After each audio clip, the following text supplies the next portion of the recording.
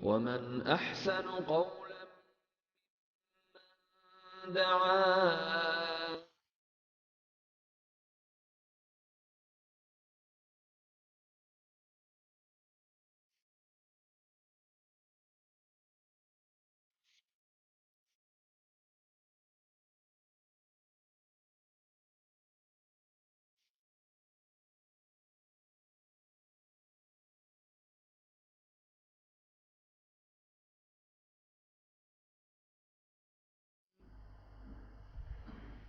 الحمد لله رب العالمين والصلاة والسلام على أشرف الأنبياء والمرسلين وعلى آله وأصحابه أجمعين ومن تبعهم بإحسان إلى يوم الدين.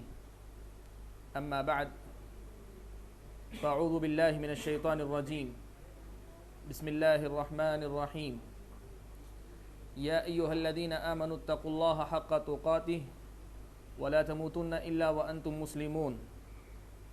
يا أيها الناس اتقوا ربكم الذي خلقكم من نفس واحدة وخلق منها زوجها وبث منهما رجالا كثيرا ونساء واتقوا الله الذي تساءلون به والأرحام إن الله كان عليكم رقيبا. يا أيها الذين آمنوا اتقوا الله وقولوا قولا سديدا يصلح لكم أعمالكم ويغفر لكم ذنوبكم ومن يطع الله ورسوله فقد فاز فوزا عظيما. أما بعد، فأعوذ بالله من الشيطان الرجيم. بسم الله الرحمن الرحيم. فإن آمنوا بمثل ما آمنتم به فقد اهتدوا وإن تولوا فإنما هم في شقاق فسيكفيكهم الله وهو السميع العليم. معزز علماء کرام، بزرگوں اور دینی بھائیوں، سب سے پہلے تو میں اللہ تبارک و تعالیٰ کا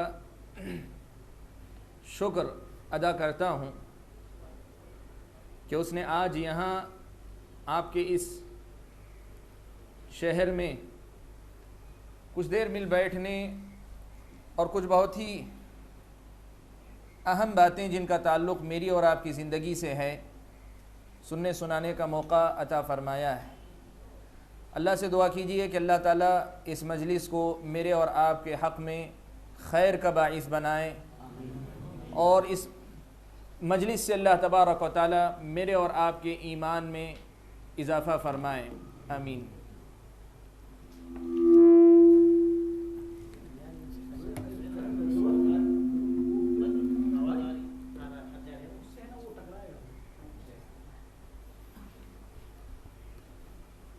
عنوان جو آپ نے سنا، منہج سلف ہی کی پیروی کیوں، یا منہج سلف ہی کی اتباع کیوں،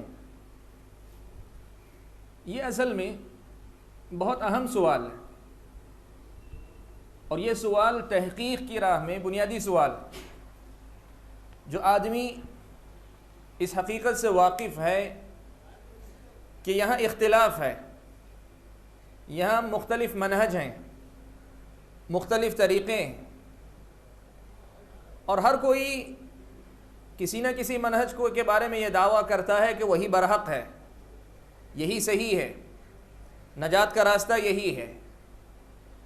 تب ان حالات میں اگر کوئی یہ دعویٰ کرتا ہے کہ نہیں، سارے منہجوں سے کٹ کر سلف صالحین کے منہج ہی کی پیروی کرنی چاہیے، تو ایک سیدھا سا سوال ہے جو کسی بھی انسان کے دماغ میں پیدا ہوتا ہے، کیوں ہم اسی کی پیروی کریں، اس کے علاوہ کسی اور کی پیروی نہ کریں؟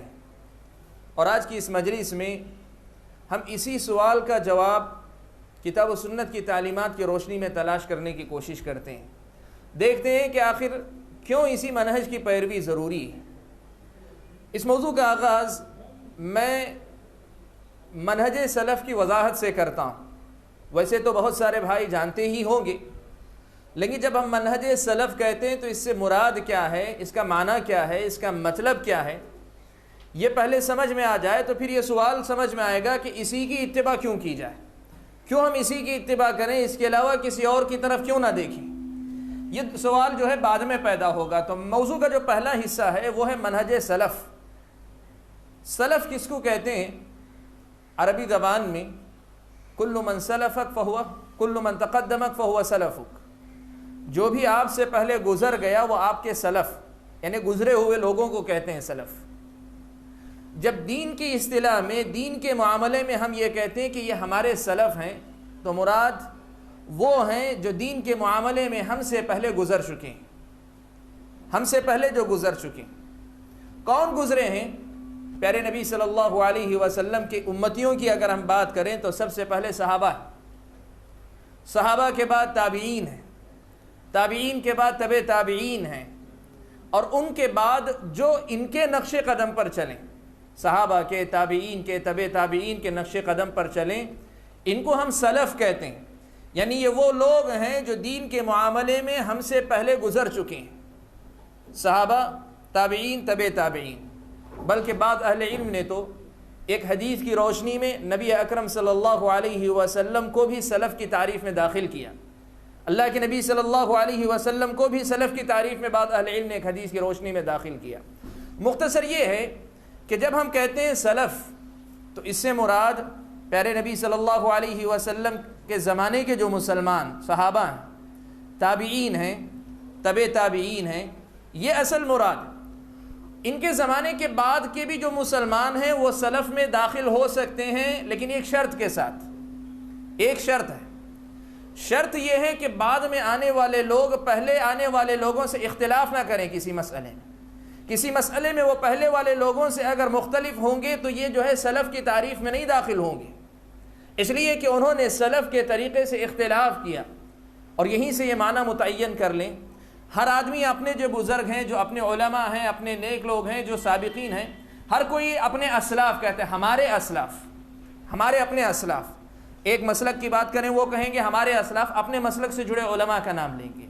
دوسری طرف ایک اور مسلک کی بات کریں وہ کہیں گے ہمارے اسلاف، ان کی مراد کچھ اور شخصیتیں ہوں گی۔ تیسری طرف کچھ اور، تو اس طرح ہوگا یہ کہ ہر مسلک والا دین کے معاملے میں جو ان سے پہلے گزر چکے ہیں وہ کہے گا ہمارے اسلاف۔ لیکن یاد رکھیں شریعت میں جن کو سلف کہا جاتا ہے وہ کون ہیں؟ وہ صحابہ ہیں، تابعین ہیں، تبع تابعین، یہی اصل ہیں۔ کیوں؟ اللہ کے نبی صلی اللہ علیہ وسلم نے فرمایا خیر الناس قرنی ثم الذین یلونہم ثم الذین یلونہم، سب سے بہتر لوگ میرے زمانے کے لوگ صحابہ ہیں، ثم الذین یلونہم، پھر وہ جو ان کے بعد آئیں یعنی تابعین ہیں، پھر وہ جو ان کے بعد آئیں یعنی تبع تابعین ہیں۔ اللہ کے نبی صلی اللہ علیہ وسلم نے 3 صدیوں یا 4 صدیوں کا تذکرہ فرمایا، تو 3 سے 4 صدیوں کے جو علماء تھے، جو ائمہ تھے، جن کا جو عقیدہ تھا، یہ اصل میں جو ہے سلف۔ ان کے بعد آنے والے سلف کی تعریف میں اسی وقت داخل ہوں گے جب ان کے طریقے پر ہوں گے۔ اگر ان کے طریقے سے اختلاف ہوگا، چاہے وہ کسی مسلک سے جڑے ہوں، ہم بات کسی مسلک کی نہیں کر رہے ہیں، ہم بات کر رہے ہیں سلف کی تعریف کی، وہ کوئی بھی ہوں، نام اپنے آپ کو سلف سے جوڑنے کے لیے رکھتے بھی ہوں، اگر وہ سلف کے نہج پہ نہ ہو تو وہ سلف میں نہیں شامل ہوتے ہیں۔ اس طرح سب سے پہلا جو نقطہ تھا ہمارا، بہت ہی واضح الفاظ میں ہم نے سمجھا کہ جب ہم سلف کہتے ہیں تو اس سے مراد صحابہ ہیں، تابعین ہیں، تبع تابعین ہیں، یہی اصل ہے، یہی اصل ہے۔ اور ان میں سے بھی خاص طور پہ سب سے مقدم صحابہ ہیں، سب سے مقدم صحابہ۔ اور آج میری گفتگو جو زیادہ تر ہوگی وہ صحابہ کے مسئلے پر ہی ہوگی، اس لیے کہ صحابہ کے بعد جو بھی آئے ہیں وہ صحابہ کے بعد کے درجے ہی کے ہیں۔ ہم سب سے پہلے صحابہ کے مقام اور انہی کو سامنے رکھ کر اس مسئلے کو سمجھیں۔ کیوں صحابہ کے منہج ہی کی پیروی ضروری ہے، منہج صحابہ کی پیروی ہی کیوں ضروری ہے، اس نقطے میں ہم جو ہے بات کریں گے۔ اس نقطے کو واضح کرنے کے لیے میں موضوع کا جو دوسرا حصہ تھا منہج سلف، یہ منہج کا معنی کیا ہے اس کو سمجھا دیتا ہوں، اس کا تذکرہ پہلے کر لیتا ہوں۔ ہم نے سمجھا سلف جب کہتے ہیں تو صحابہ، تابعین، تبع تابعین یا ان کے نقش قدم پر چلنے والے وہ علماء جو دین کے معاملے میں ہم سے پہلے گزر چکے ہیں، یہ سلف ہے۔ منہج سلف کا مطلب کیا ہے؟ عربی زبان میں منہج کا معنی ہوتا ہے طریقہ، منہج کہتے ہیں طریقہ۔ منہج سلف یعنی سلف کا طریقہ، صحابہ کا طریقہ، تابعین کا طریقہ، تبع تابعین کا طریقہ۔ کیا مطلب ہے منہج سلف کا؟ صحابہ کے طریقے کا مطلب کیا ہے؟ اس کا سیدھا سا مفہوم یہ ہے کہ دیکھیں اللہ تبارک و تعالیٰ کی کتاب قرآن مجید، یہ اللہ تبارک و تعالیٰ کا کلام، یہ قیامت تک رہے گا، قیامت تک رہے گا، جب تک اللہ تعالیٰ چاہیں گے قیامت کے قریب جب اٹھا لیں گے، اس سے پہلے تک یہ قرآن باقی رہے گا۔ نبی اکرم صلی اللہ علیہ وسلم کی سنت، حدیث، یہ بھی اللہ تبارک و تعالیٰ جب تک باقی رکھنا چاہیں گے رکھے رہے گی. قرآن جب تک ہے، قرآن کی جو ہے تفسیر کے طور پہ اس کو اللہ تعالیٰ باقی رکھیں گے. اللہ جب تک رکھنا چاہے رکھیں گے. دین انہی دو چیزوں کا نام ہے اصل میں، ایک تو قرآن ہے، دوسرے نبی اکرم صلی اللہ علیہ وسلم کی سنت. لیکن جو مسئلہ ہے وہ یہ کہ یہ جو قرآن مجید ہے اور یہ اللہ کے نبی صلی اللہ علیہ وسلم کی حدیث ہے، کیا اس کے سمجھنے کے سلسلے میں ہر کسی کو آزادی ہے کہ میری سمجھ میں جیسا آئے گا آیت کا مطلب میں اس پہ ویسے عمل کر لوں گا، آپ کی سمجھ میں جو معنی آتا ہے آپ اس پر ویسے ہی سمجھ کر اس پر عمل کر لیں گے، تیسرے کسی مسلمان بھائی کو اس کا ایک اور معنی سمجھ میں آتا ہے اس کو سمجھ کے وہ اس پر عمل کر لے گا؟ کیا اسلامی شریعت نے اس قسم کی آزادی دی ہے کہ صرف قرآن کا لفظ ہے، لفظ کا معنی تم اپنے اپنے طور پہ جو چاہے سمجھو اور عمل کر لو، یا شریعت نے کسی قسم کی قید رکھی ہے؟ یہ اصل سوال. اور اس سوال کے جواب میں آپ کے سامنے یہ بات واضح کروں کہ اسلامی شریعت نے بڑی وضاحت کے ساتھ بیان فرمایا کہ دیکھو قرآن اور نبی کی سنت، ان دونوں کی تشریح اور تفسیر جو ہوگی، ان دونوں کا جو معنی و مطلب جو ہوگا، ان دونوں کی جو سمجھ ہوگی وہی معتبر ہوگی جو صحابہ کے طریقے سے آئے، جس پر صحابہ تھے، جس پر صحابہ کے بعد صحابہ کے شاگرد تابعین تھے، یا تابعین کے بعد ان کے شاگرد تبع تابعین تھے. دین کی وہی سمجھ معتبر ہوگی، دین کی اسی سمجھ کا اعتبار ہوگا جو سمجھ اللہ تبارک و تعالیٰ کے ان معزز بندوں یعنی نبی اکرم صلی اللہ علیہ وسلم کے صحابہ کی ہوگی. اسی کو ہم کہتے ہیں منہج صحابہ یا منہج سلف. اس کا مطلب سیدھا سا یہ ہے، دیکھیں نماز ہے، نماز اللہ کے نبی صلی اللہ علیہ وسلم کی احادیث سے ثابت ہے، لیکن اس نماز پر عمل کرنے کا عملی طریقہ جو ہے نبی اکرم صلی اللہ علیہ وسلم سے صحابہ نے لیا، صحابہ سے تابعین نے، تابعین سے تبع تابعین نے لیا. عقیدہ ہے، عقیدے کے معاملات، کسی آیت قرآن کی کوئی آیت شرک سے متعلق ہے، کوئی آیت جو اللہ تعالیٰ کی صفات سے متعلق ہے، کوئی آیت اللہ تبارک و تعالیٰ کے فرشتوں سے متعلق، ان سب سے متعلق کیا معنی و مطلب صحابہ نے سمجھا؟ دین کا کوئی بھی مسئلہ آپ لے لیں، آپ سب سے پہلے یہ دیکھیں کہ قرآن کی آیت یا حدیث یا شریعت کے اس مسئلے کو صحابہ نے کیسے سمجھا ہے، اس کو آپ اپنے سامنے رکھیں. اس کو میں ایک دوسرے طریقے سے یوں بھی واضح کرتا ہوں آپ کے سامنے کہ آپ یہ دیکھیں کہ کوئی بھی کمپنی، دنیا جو ہے مثالوں سے بات سمجھ میں آتی ہے، کوئی بھی کمپنی کوئی پروڈکٹ جو ہے ریلیز کرتی ہے مارکیٹ میں، عام طور پہ الیکٹرانک آئٹم جو ہوتا ہے اس میں بات زیادہ سمجھ میں آتی ہے، تو وہ کیا کرتی ہے کمپنی، ساتھ میں جو ہے اپنا ایک چھوٹا سا جو ہے کتابچہ دیتی ہے. اس میں یہ انسٹرکشنز ہوتے ہیں کہ اس آلے کو اگر آپ ان اصولوں کے مطابق اپنائیں گے، استعمال کریں گے، تو یہ آلہ، یہ جو ہم نے وعدے کیے ہیں کہ یہ آلہ فلاں فلاں کام انجام دے گا، بالکل ہو بہو یہ نتیجہ آپ حاصل کر سکتے ہیں. کب؟ جب آپ اس کا استعمال دیے گئے طریقے کے مطابق کریں. دیے گئے طریقے کے مطابق اگر کرتے ہیں تو آلہ اپنا جو ہے اثر صحیح دکھاتا ہے. اگر آپ اس طریقے سے ہٹ کر استعمال کرتے ہیں تو چیز استعمال میں آ جاتی ہے، چیز استعمال میں آ جاتی ہے، لیکن جو فائدہ مقصود ہوتا ہے، وہ جو فائدہ جس کا وعدہ کمپنی آپ سے کرتی ہے، وہ فائدہ آپ کو دیکھنے کو نہیں ملتا. ایک مثال ہے، مثالوں سے شریعت نہیں ثابت ہوتی، لیکن مثالوں سے شریعت کی بات واضح ضرور ہوتی ہے. یہ مثال ہے منہج کی. منہج کیا ہے؟ قرآن اللہ تبارک و تعالیٰ کا کلام، حدیث اللہ کے نبی صلی اللہ علیہ وسلم کی بات ہے، یہ دونوں کے دونوں ہمارے سامنے ہیں، لیکن ان کے سمجھنے کا طریقہ نبی اکرم صلی اللہ علیہ وسلم کے صحابہ سے ہمیں ملا ہے. ہم اگر قرآن و سنت کو صحابہ کے طریقے پر چل کر سمجھیں گے تو قرآن و سنت کا وہ معنی و مطلب سمجھیں گے جو معنی و مطلب اللہ کی مراد ہے، جو اللہ کے نبی صلی اللہ علیہ وسلم کی مراد ہے. اسی لیے امام شافعی رحمۃ اللہ علیہ ایک بڑا پیارا جملہ کہا کرتے تھے، کہتے تھے آمنت باللہ وبما جاء عن اللہ علی مراد اللہ، وآمنت برسول اللہ وبما جاء عن رسول اللہ علی مراد رسول اللہ. کہتے ہیں میں ایمان لاتا ہوں، جو اللہ پر ایمان لاتا ہوں، اور اللہ کی طرف سے جو باتیں آئیں اس پر بھی ایمان لاتا ہوں، لیکن کیسے؟ اسی معنی اور مراد کے ساتھ جو معنی اللہ کی نظر میں مطلوب ہے. ایسا نہیں کہ اللہ کی بات ہے، مفہوم میرا ہے، سمجھ میری ہے، نہیں. اللہ تبارک و تعالیٰ نے جو معنی مراد لیا ہے اسی معنی کے مطابق میں ایمان لاتا ہوں.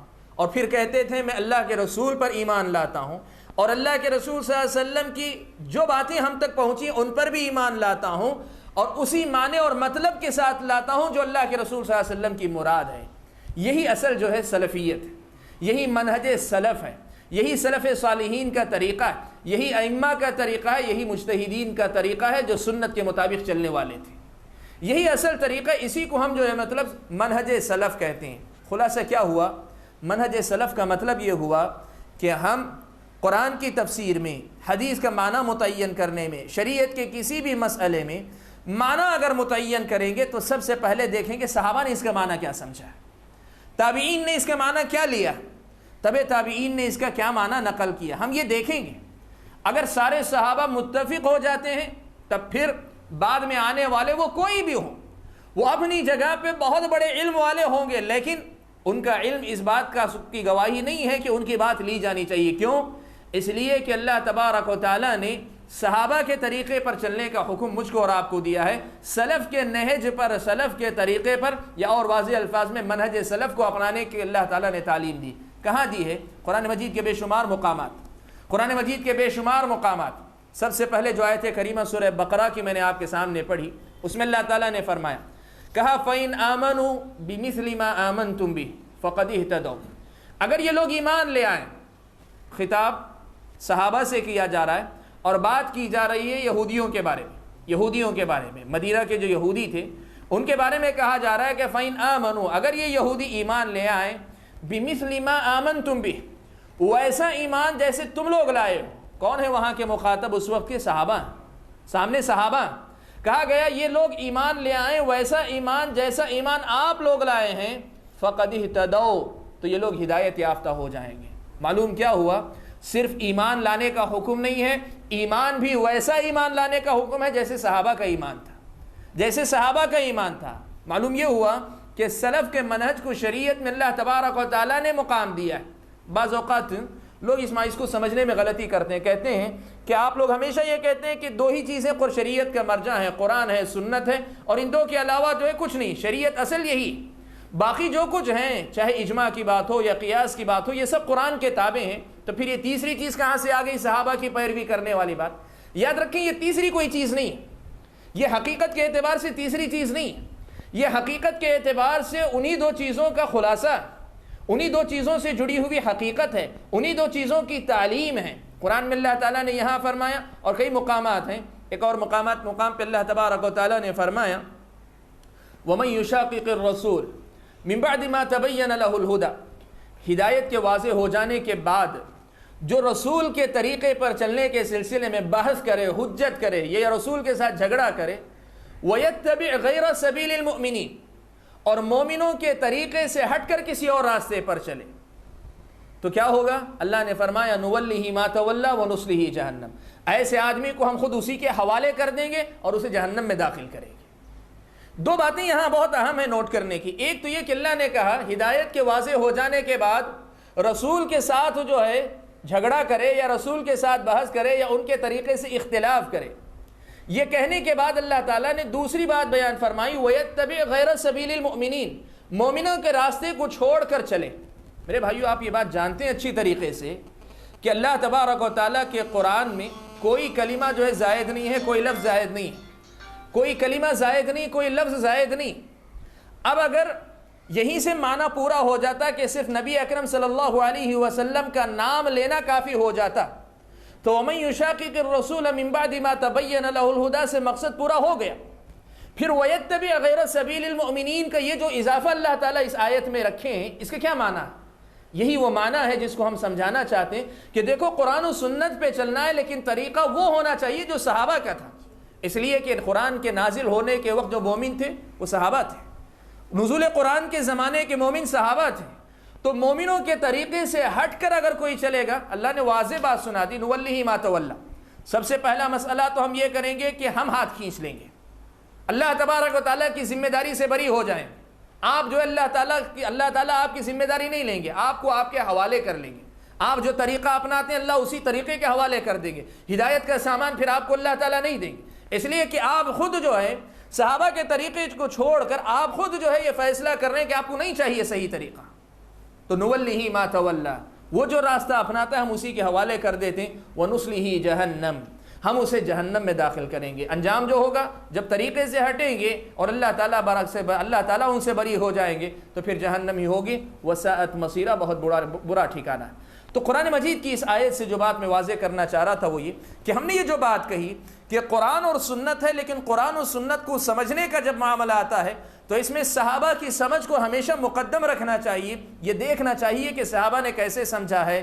یہ جو بات ہے یہ ہماری نہیں، خود قرآن مجید کی بات ہے، اور یہ کوئی یہ نہ سمجھے کہ قرآن اور سنت کے ساتھ یہ تیسری چیز کوئی زائد چیز ہے، نہیں، یہ تیسری ہو کر بھی حقیقت میں اسی قرآن کا حصہ ہے۔ جیسے ہم کہتے ہیں کہ حدیث کوئی نئی چیز نہیں ہے، وہی قرآن مجید کا حصہ ہے، وما آتاکم الرسول فخذوہ وما نہاکم عنہ فانتہوا۔ قرآن مجید نے ہی حکم دیا کہ نبی جو دیتے ہیں لے لو، نبی جس چیز سے روکتے ہیں رک جاؤ، تو نبی کی ہر بات گویا قرآن مجید کی اس آیت کی تفسیر ہو گئی۔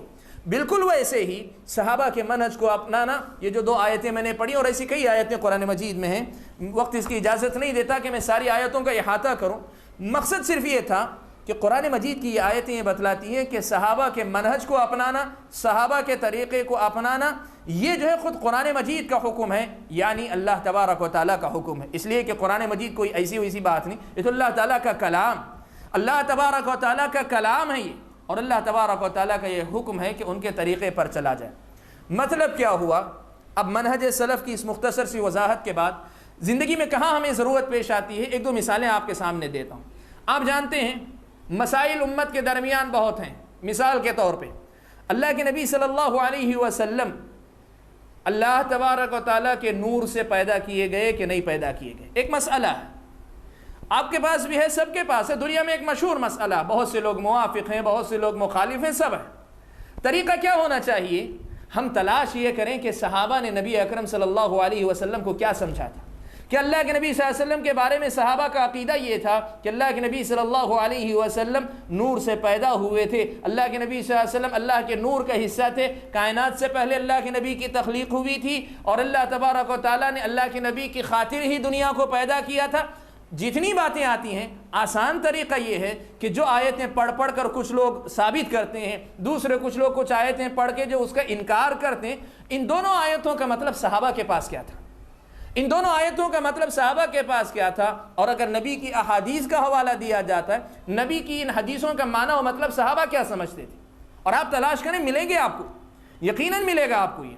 یا اگر آپ مسئلہ لے لیں، مسائل ہیں کہ کسی امام کی متعین تقلید ہونی چاہیے کہ نہیں ہونی چاہیے، آپ کو معلوم ہے امت کے اندر ایک مستقل موضوع ہے یہ، بہت سے لوگ اس کے قائل ہیں کہ نہیں، کسی ایک متعین مذہب کی تقلید کرنا واجب ہے، اور اگر کوئی ایک مسلک کا ہوتے ہوئے کسی دوسرے مسلک کی بات کو اپناتا ہے تو وہ جو ہے گمراہ ہوتا ہے، اسے اجازت نہیں اپنا مسلک چھوڑ کے کسی دوسرے مسلک کی بات اپنائے۔ ایک طرف یہ رائے ہے، دوسری طرف ایک طبقہ وہ بھی ہے جو یہ کہتا ہے کہ نہیں، اس قسم کی تقلید کو شریعت نے حرام قرار دیا ہے۔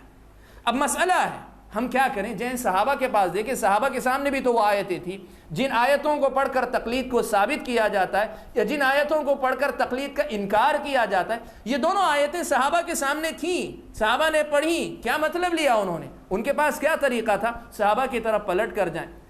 آپ یہ دیکھیں بہت سے لوگوں کے پاس یہ ہے کہ اللہ تبارک و تعالیٰ تک پہنچنے کے لیے اولیاء کا واسطہ وسیلہ لینا ضروری ہے، ان کے بغیر اللہ تبارک و تعالیٰ تک نہیں پہنچا جا سکتا، اللہ تعالیٰ تک پہنچنے کے لیے یہی وسیلہ ہے، اللہ نے قرآن میں حکم دیا، ایسا کہا جاتا ہے۔ طریقہ کیا ہونا چاہیے؟ ہم پلٹ کر جائیں، دیکھیں صحابہ نے کیا یہ آیتیں نہیں پڑھی تھی، اگر پڑھی تھی تو انہوں نے کیا معنی و مطلب لیا تھا، کیا مفہوم انہوں نے لیا تھا۔ اللہ کے نبی صلی اللہ علیہ وسلم کی زندگی اور زندگی کے بعد جو نیک لوگ موجود تھے، کیا صحابہ انہی کے وسیلے سے، انہی کے واسطے سے اللہ تعالیٰ تک پہنچا کرتے تھے، یا صحابہ جنہوں نے جو اپنی زندگیاں وقف کر کے اللہ کے نبی کا دین سیکھا، امت کو پہنچایا، کیا انہوں نے یہ سکھایا ہے کہ ایسا ہونا چاہیے کہ نہیں؟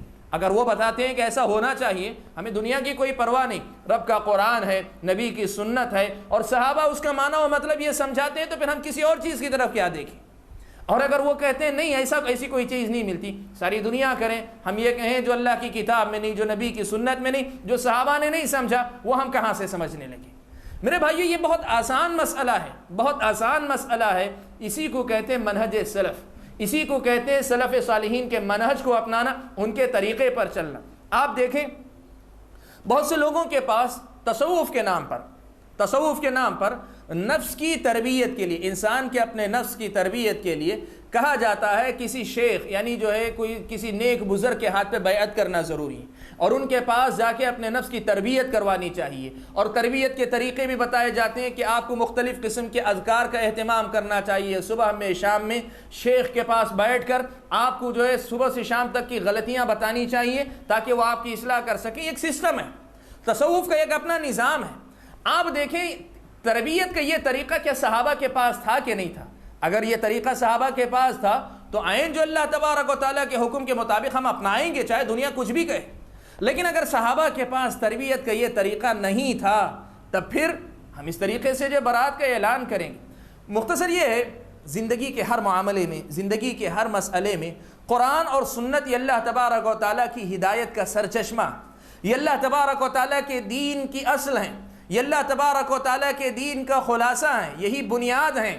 لیکن اس قرآن کا معنی، اس حدیث کا مفہوم ویسے ہم سمجھے جیسے صحابہ نے سمجھا تھا، صحابہ کے بعد تابعین نے، تبع تابعین نے۔ اور میرے بھائیوں، اس طریقے کو اگر ہم اپنا لیں گے ہم سلف صالحین کے نقش قدم پر چلنے والے بن جائیں گے۔ اب یہ میں نے جو ہے منہج سلف کی مختصر سی وضاحت کی، حقیقت یہ ہے کہ ان میں سے ہر ایک نقطے کی بڑی تفصیل ہے، لیکن وقت اس کی اجازت نہیں دیتا کہ میں ساری باتیں آپ کے سامنے رکھوں۔ بس مجھے امید یہ ہے کہ جتنی بات اب تک میں نے کی ہے اس کی روشنی میں یہ منہج سلف کیا ہے، سلفیت کیا ہے، سلف صالحین کے منہج پر چلنے کی جو دعوت ہے یہ کیا ہے، یہ انشاءاللہ آپ کے سامنے واضح ہو چکی ہوگی۔ اب جو اگلا سوال ہے، جو اصل میرا موضوع ہے، وہ یہ کہ کیوں صحابہ کے منہج ہی کی پیروی کیوں کی جائے، کسی اور منہج کی پیروی کیوں نہیں کی جا سکتی؟ یہ جو ہے سوال ہے، اس کا جواب اگر ہم کتاب و سنت اور تاریخ سے تلاش کریں گے تو ہم لوگوں کو ملے گے مختلف اسباب۔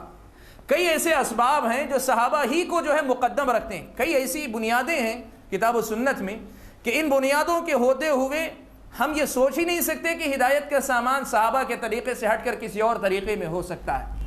سب سے پہلی بات یہ، سب سے پہلا جو جواب ہو سکتا ہے کہ منہج سلف ہی کی پیروی کیوں کی جائے، اس لیے کہ یہ اللہ اور اس کے رسول کا حکم ہے۔ یہ اللہ اور اس کے رسول کا حکم ہے کہ آپ جو ہے دین کی سمجھ میں صحابہ کو مقدم رکھیں، صحابہ کو مقدم رکھیں، آپ صحابہ کے طریقے پر چلیں، سمجھ صحابہ کی مقدم رکھیں۔ یہ اللہ کا اور اس کے رسول کا حکم ہے۔ کہاں حکم ہے؟ قرآن کی دو آیتیں شروع میں نے آپ کے سامنے پڑھی۔ اللہ تعالیٰ نے فرمایا فَإِنْ آمَنُوا بِمِثْلِ مَا آمَنْتُمْ بِهِ فَقَدْ اهْتَدَوْا، اگر یہ لوگ ایمان لائے ویسے جیسے تم لوگ ایمان لائے۔ مطالبہ کس کا ہے؟ صحابہ جیسے ایمان لانے کا ہے۔ مطالبہ کس کا ہے؟ اللہ تبارک و تعالیٰ کا ہے۔ اللہ تعالیٰ کا مطالبہ ہے کہ ویسا ہی ایمان لایا جائے، اور اللہ تبارک و تعالیٰ ہی کا حکم قرآن مجید کے مختلف مقامات میں، سورہ توبہ میں اللہ تعالیٰ نے یہ بات بیان فرمائی والسابقون الاولون من المہاجرین والانصار والذین اتبعوهم بإحسان رضی اللہ عنہم ورضوا عنہ۔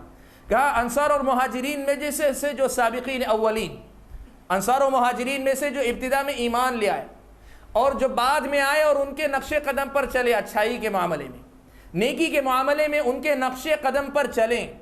اب اس کی تفسیر میں علماء نے دو باتیں کہی ہیں۔ بعض علماء نے کہا سابقین اولین سے ابتدائی دور کے صحابہ مراد ہیں، اور والذین اتبعوہم بعد میں آنے والوں سے مراد فتح مکہ کے بعد کے مسلمان صحابہ مراد ہیں۔ اور بعض اہل علم نے، مفسرین نے یہ کہا کہ اس کا معنی صرف فتح مکہ کے بعد کے مسلمانوں تک نہیں، بلکہ یہ جو قیامت تک آنے والے مسلمانوں کے لیے ہے کہ اگر یہ مسلمان ان کے نقش قدم پر چلیں گے تو کیا ہوگا؟ رضی اللہ عنہم ورضوا عنہ۔ تو یہ اس بات کا ثبوت ہوگا کہ یہ حقیقت میں اللہ سے راضی ہوئے، اور جب یہ ہوگا تو اللہ تعالیٰ ان سے راضی ہو جائے گا۔ معلوم کیا ہوا؟ اللہ تبارک و تعالیٰ کا یہ حکم ہے۔ نبی اکرم صلی اللہ علیہ وسلم کا حکم کہاں ہے؟ مشہور حدیث جو آپ سنتے رہتے ہیں اکثر کہ اللہ کے نبی نے پیشن گوئی فرمائی، امت 73 فرقوں میں بٹے گی، 73 فرقوں میں بٹے گی، ان میں سے 72 جہنم میں جائیں گے، ایک جنت میں جائے گا۔ نجات پانے والے اس گروہ کے بارے میں صحابہ نے پوچھا وہ کون ہیں؟ اللہ کے نبی صلی اللہ علیہ وسلم کے مختلف الفاظ ہیں مختلف روایتوں میں۔ ایک روایت میں اللہ کے نبی نے فرمایا هو ما انا علیہ اليوم واصحابی، یہ وہ گروہ ہے جو اس طریقے پر ہو جس طریقے پر آج میں اور میرے صحابہ قائم، میں اور میرے صحابہ جس طریقے پر قائم۔ معلوم کیا ہوا؟ اللہ کے نبی صلی اللہ علیہ وسلم امت کو صحابہ کے نقش قدم پر چلنے کا حکم دے رہے ہیں۔ تو سب سے پہلا جو جواب ہوگا وہ یہ کہ صحابہ کے طریقے پر ہی چلنا کیوں ضروری ہے؟ اس لیے کہ یہ اللہ اور اس کے رسول کا حکم ہے۔ دوسری وجہ کیوں صحابہ منہج سلفی کی پیروی ضروری ہے، تو اس کی وجہ یہ ہے کہ صحابہ دین کو سب سے زیادہ سمجھنے والے تھے. اللہ کے نبی صلی اللہ علیہ وسلم کے صحابہ دین کو سب سے زیادہ سمجھنے والے تھے. کیا دلیل ہے اس بات کی؟ اس بات کی دلیل کئی چیزیں ہیں. سب سے پہلے تو آپ دیکھیں کہ وہ جو ہے اللہ کے نبی صلی اللہ علیہ وسلم کے شاگرد ہیں. وہ اللہ کے نبی صلی اللہ علیہ وسلم کے شاگرد ہیں. نبی سے بہتر کوئی استاذ نہیں ہو سکتا. نبی سے بہتر کوئی استاذ نہیں ہو سکتا اور نبی کے شاگردوں سے بہتر کوئی شاگرد نہیں ہو سکتے. صحابہ نبی کے شاگرد ہیں. صحابہ نبی کے شاگرد ہیں. قرآن نبی سے انہوں نے سمجھا, حدیث نبی سے انہوں نے سمجھی, اور یہ بات صرف جو دعویٰ نہیں, حقیقت میں انہوں نے ایسے ہی سمجھا ہے. مصنف ابن ابی شیبہ ایک کتاب ہے, حدیث کی کتاب ہے, اس میں ایک اثر منقول ہے. ابو عبد الرحمن تابعی ہیں, وہ کہتے ہیں کہ جن صحابہ نے ہمیں دین سکھایا انہوں نے ہمیں یہ بتلایا کہ وہ نبی اکرم صلی اللہ علیہ وسلم سے 10 آیتیں سیکھا کرتے. 10 آیتیں پڑھنا سیکھتے. پہلے جب 10 آیتیں پڑھنا سیکھ لیتے تو ان 10 آیتوں کا معنی و مطلب اللہ کے نبی صلی اللہ علیہ وسلم سے سیکھتے. پہلے پڑھنا, پڑھنے کے بعد پھر ان 10 آیتوں کا معنی و مطلب سمجھتے, اور اس کے بعد جب یہ ہو جاتا تو اس پر عمل کرتے. جب ان تینوں مرحلوں سے فارغ ہو جاتے تب جا کر پھر نئی 10 آیتیں سنتے. 10 آیتیں سیکھتے, پڑھنا, معنی سمجھتے, عمل کرتے, پھر اس کے بعد نئی 10 آیتیں سیکھتے. مصنف ابن ابی شیبہ میں یہ اثر موجود ہے. سے کیا سمجھ میں آتا ہے؟ صحابہ نے اللہ کے نبی صلی اللہ علیہ وسلم سے صرف قرآن کے الفاظ نہیں, قرآن کا معنی بھی لیا ہے, قرآن کا مفہوم بھی سمجھا ہے, اور قرآن کا مفہوم سمجھ کر صحابہ نے سمجھایا ہے. اور جب یہ بات طے ہے کہ صحابہ نے نبی کی شاگردی میں نبی اکرم صلی اللہ علیہ وسلم سے قرآن سیکھا ہے, تو ظاہر بات ہے نبی سے بہتر کوئی استاذ نہیں, نبی کے شاگردوں سے بہتر کوئی نہیں, تو ان سے بہتر سمجھ کسی اور کی ہو ہی نہیں سکتی. کسی اور کی سمجھ دین کے معاملے میں ان سے بہتر ہو نہیں سکتی, چاہے کیسی ہی آدمی کی عقل کیوں نہ ہو, کتنا ہی دنیا کا عقل مند کیوں نہ ہو. اب یہاں ایک چیز جو ہے, ایک روایت اللہ کے نبی صلی اللہ علیہ وسلم کی آئی, بعض لوگوں نے اس کا معنی غلط سمجھا. ایک حدیث میں اللہ کے نبی صلی اللہ علیہ وسلم نے فرمایا کہ تم جو ہے میری طرف سے حدیث کو دوسروں تک پہنچاؤ, فرب مبلغ اوعى له من سامع, اس لیے کہ بسا اوقات جس کو پہنچایا جا رہا ہے, جس کو پہنچایا جا رہا ہے وہ آدمی, جس کو پہنچایا جا رہا ہے وہ آدمی پہنچانے والے سے زیادہ اسے یاد رکھنے والا یا سمجھنے والا ہو سکتا ہے. اللہ کے نبی صلی اللہ علیہ وسلم کی حدیث صحیح حدیث. اس حدیث کو لے کر بعض لوگوں نے ایک بہت عجیب مسئلہ نکالا. وہ مسئلہ یہ کہ اللہ کے نبی صلی اللہ علیہ وسلم یہ بتلا رہے ہیں کہ بعد میں آنے والے صحابہ سے بہتر سمجھ والے ہو سکتے ہیں. بعد میں آنے والے صحابہ کی سمجھ سے بہتر سمجھ والے ہو سکتے ہیں, یہ خود اللہ کے نبی نے فرمایا. یہ بعض لوگوں نے معنی بتایا. آج اس حدیث کو بھی آپ سمجھ لیں. عربی زبان میں رب جو اللہ کے نبی صلی اللہ علیہ وسلم نے استعمال کیا ہے, یہ اس کا معنی ہوتا ہے تھوڑے. حدیث کا مطلب یہ ہے کہ حدیث کو, دین کو دوسروں تک پہنچایا کرو. کبھی ایسا ہوتا ہے کہ بعض باتیں جو ہے بعد میں آنے والا ایک آدمی ایک پہلے والے آدمی سے زیادہ بہتر طریقے سے سمجھ سکتا ہے. اس حیثیت سے یہ حقیقت سچ ہے کہ بعض اوقات بعض جو چھوٹے درجے کے صحابہ جنہیں نبی کے ساتھ شرف تلمذ, اللہ کے نبی صلی اللہ علیہ وسلم کی شاگردی کا حصہ زیادہ نہیں نصیب ہوا, صرف ایک مجلس 2 مجلس میں اللہ کے نبی صلی اللہ علیہ وسلم کے پاس رہے, ایسے صحابہ کے مقابلے میں بعد میں آنے والے بعض وہ تابعین جنہوں نے بڑے بڑے صحابہ سے علم حاصل کیا ہے, ان کی سمجھ زیادہ وسیع رہی ہے. اس کا مثال واضح موجود ہے, لیکن اس کا یہ مطلب کہیں نہیں ہے, نہ اس حدیث کے اندر یہ دلالت ہے کہ بعد کے زمانے کے لوگ صحابہ کی جماعت سے زیادہ بحیثیت جماعت یا صحابہ میں سے جو بڑے اونچے درجے کے صحابہ ہیں ان سے زیادہ بہتر سمجھ والے ہو جائیں گے. یہ دلالت اس حدیث کے اندر موجود نہیں. تو پہلی بات جو میں دوسری بات جو میں نے بتائی وہ یہ کہ صحابہ نبی اکرم صلی اللہ علیہ وسلم کے شاگرد ہیں, اور نبی اکرم صلی اللہ علیہ وسلم کے شاگردوں سے بہتر کوئی اور شاگرد نہیں ہو سکتا. تیسری بات جس کی وجہ سے صحابہ کا منہج ہی زیادہ صحیح ہے یا اسی کی پیروی ضروری ہے وہ یہ کہ یہ قرآن مجید صحابہ کے سامنے اترا ہے. وقتاً فوقتاً واقعات, حادثات, مناسبتیں آپ کے سامنے صحابہ کے سامنے پیش آتی, آیت اترتی. اور آپ جانتے ہیں قانون کی سب سے اچھی تفسیر وہ کرتا ہے جو قانون کو اپنی نگاہوں کے سامنے بنتا ہوا دیکھتا ہے. بعد میں آنے والا قانون کے بعض الفاظ کو لے کر قانون کے خلاف استعمال کر سکتا ہے, لیکن جو آدمی قانون کو بنتے دیکھتا ہے وہ آدمی قانون کے بننے کے وقت کی نزاکتیں جانتا ہے, وہ قانون کو صحیح طریقے سے سمجھتا ہے. بالکل یہی معاملہ شریعت اسلامیہ انہی صحابہ کے سامنے اتری. یہ شاہین صحابہ نے قرآن مجید کو اپنے سامنے اترتے اور معاشرے پر اسے فٹ ہوتے, چشمہ ہوتے, نافذ ہوتے دیکھا ہے. اس حیثیت سے صحابہ قرآن مجید کو زیادہ سمجھتے تھے, اور کہیں اگر صحابہ سے غلطی ہوئی تو صحابہ کی اللہ کے نبی صلی اللہ علیہ وسلم نے اصلاح فرمائی. کہیں غلطی ہوئی صحابہ سے معاملے کو سمجھنے میں, اللہ کے نبی صلی اللہ علیہ وسلم نے اصلاح فرمائی.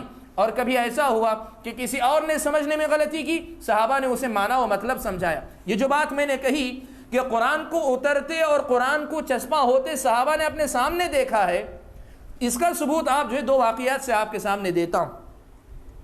صحیح بخاری و مسلم کی روایت ہے, حضرت عدی ابن حاتم رضی اللہ تعالیٰ عنہ اپنا ایک واقعہ بیان کرتے ہیں. بخاری و مسلم کی روایت, عدی ابن حاتم خود اپنا واقعہ بیان کرتے ہیں. اللہ تعالیٰ نے فرمایا وَكُلُوا وَاشْرَبُوا حَتَّى يَتَبَيَّنَ لَكُمُ الْخَيْطُ الْأَبْيَضُ مِنَ الْخَيْطِ الْأَسْوَدِ مِنَ الْفَجْرِ. کہا صبح کو تم جو ہے رات میں کھانا, رمضان میں کھانا کھاتے رہو یہاں تک کہ جو ہے سفید دھاگا کالے دھاگے سے پہچانا جائے, دونوں کے درمیان فرق کرنا ممکن ہو جائے فجر طلوع ہونے کی وجہ سے. یعنی اتنا اجالا ہو جائے کہ اس کی وجہ سے سفید دھاگا اور کالا دھاگا جو ہے پہچاننا ممکن ہو جائے. لفظ ظاہری یہی تھا. حضرت عدی ابن حاتم رضی اللہ تعالیٰ عنہ کہتے ہیں کہ میں نے کیا کیا, اونٹ باندھنے کی جو رسی تھی, عقال جو ہے, ایک سفید عقال اور ایک جو ہے کالا عقال, دونوں کے دونوں میں نے اپنے تکیے کے نیچے رکھ لیے, یہ دیکھنے کے لیے کہ جو ہے فجر کا وقت کب ہوتا ہے, فجر کا وقت دیکھنے کے لیے کہ کب وہ وقت ہوتا ہے جب ان دونوں کے درمیان فرق کر سکوں. کہتے ہیں کہ معاملہ جو ہے فجر کا وقت ہو گیا لیکن میری سمجھ میں آیا نہیں, پتہ ہی نہیں چلا, مجھے فرق نہیں کر سکا. میں اللہ کے نبی صلی اللہ علیہ وسلم کے پاس گیا, جا کر میں نے کہا اللہ کے نبی, قرآن میں اللہ کہتے ہیں کہ سفید دھاگا کالے دھاگے سے ممتاز ہونا چاہیے, پہچانا جانا چاہیے, اور میں نے اس پہ عمل کیا, میری سمجھ میں نہیں آیا.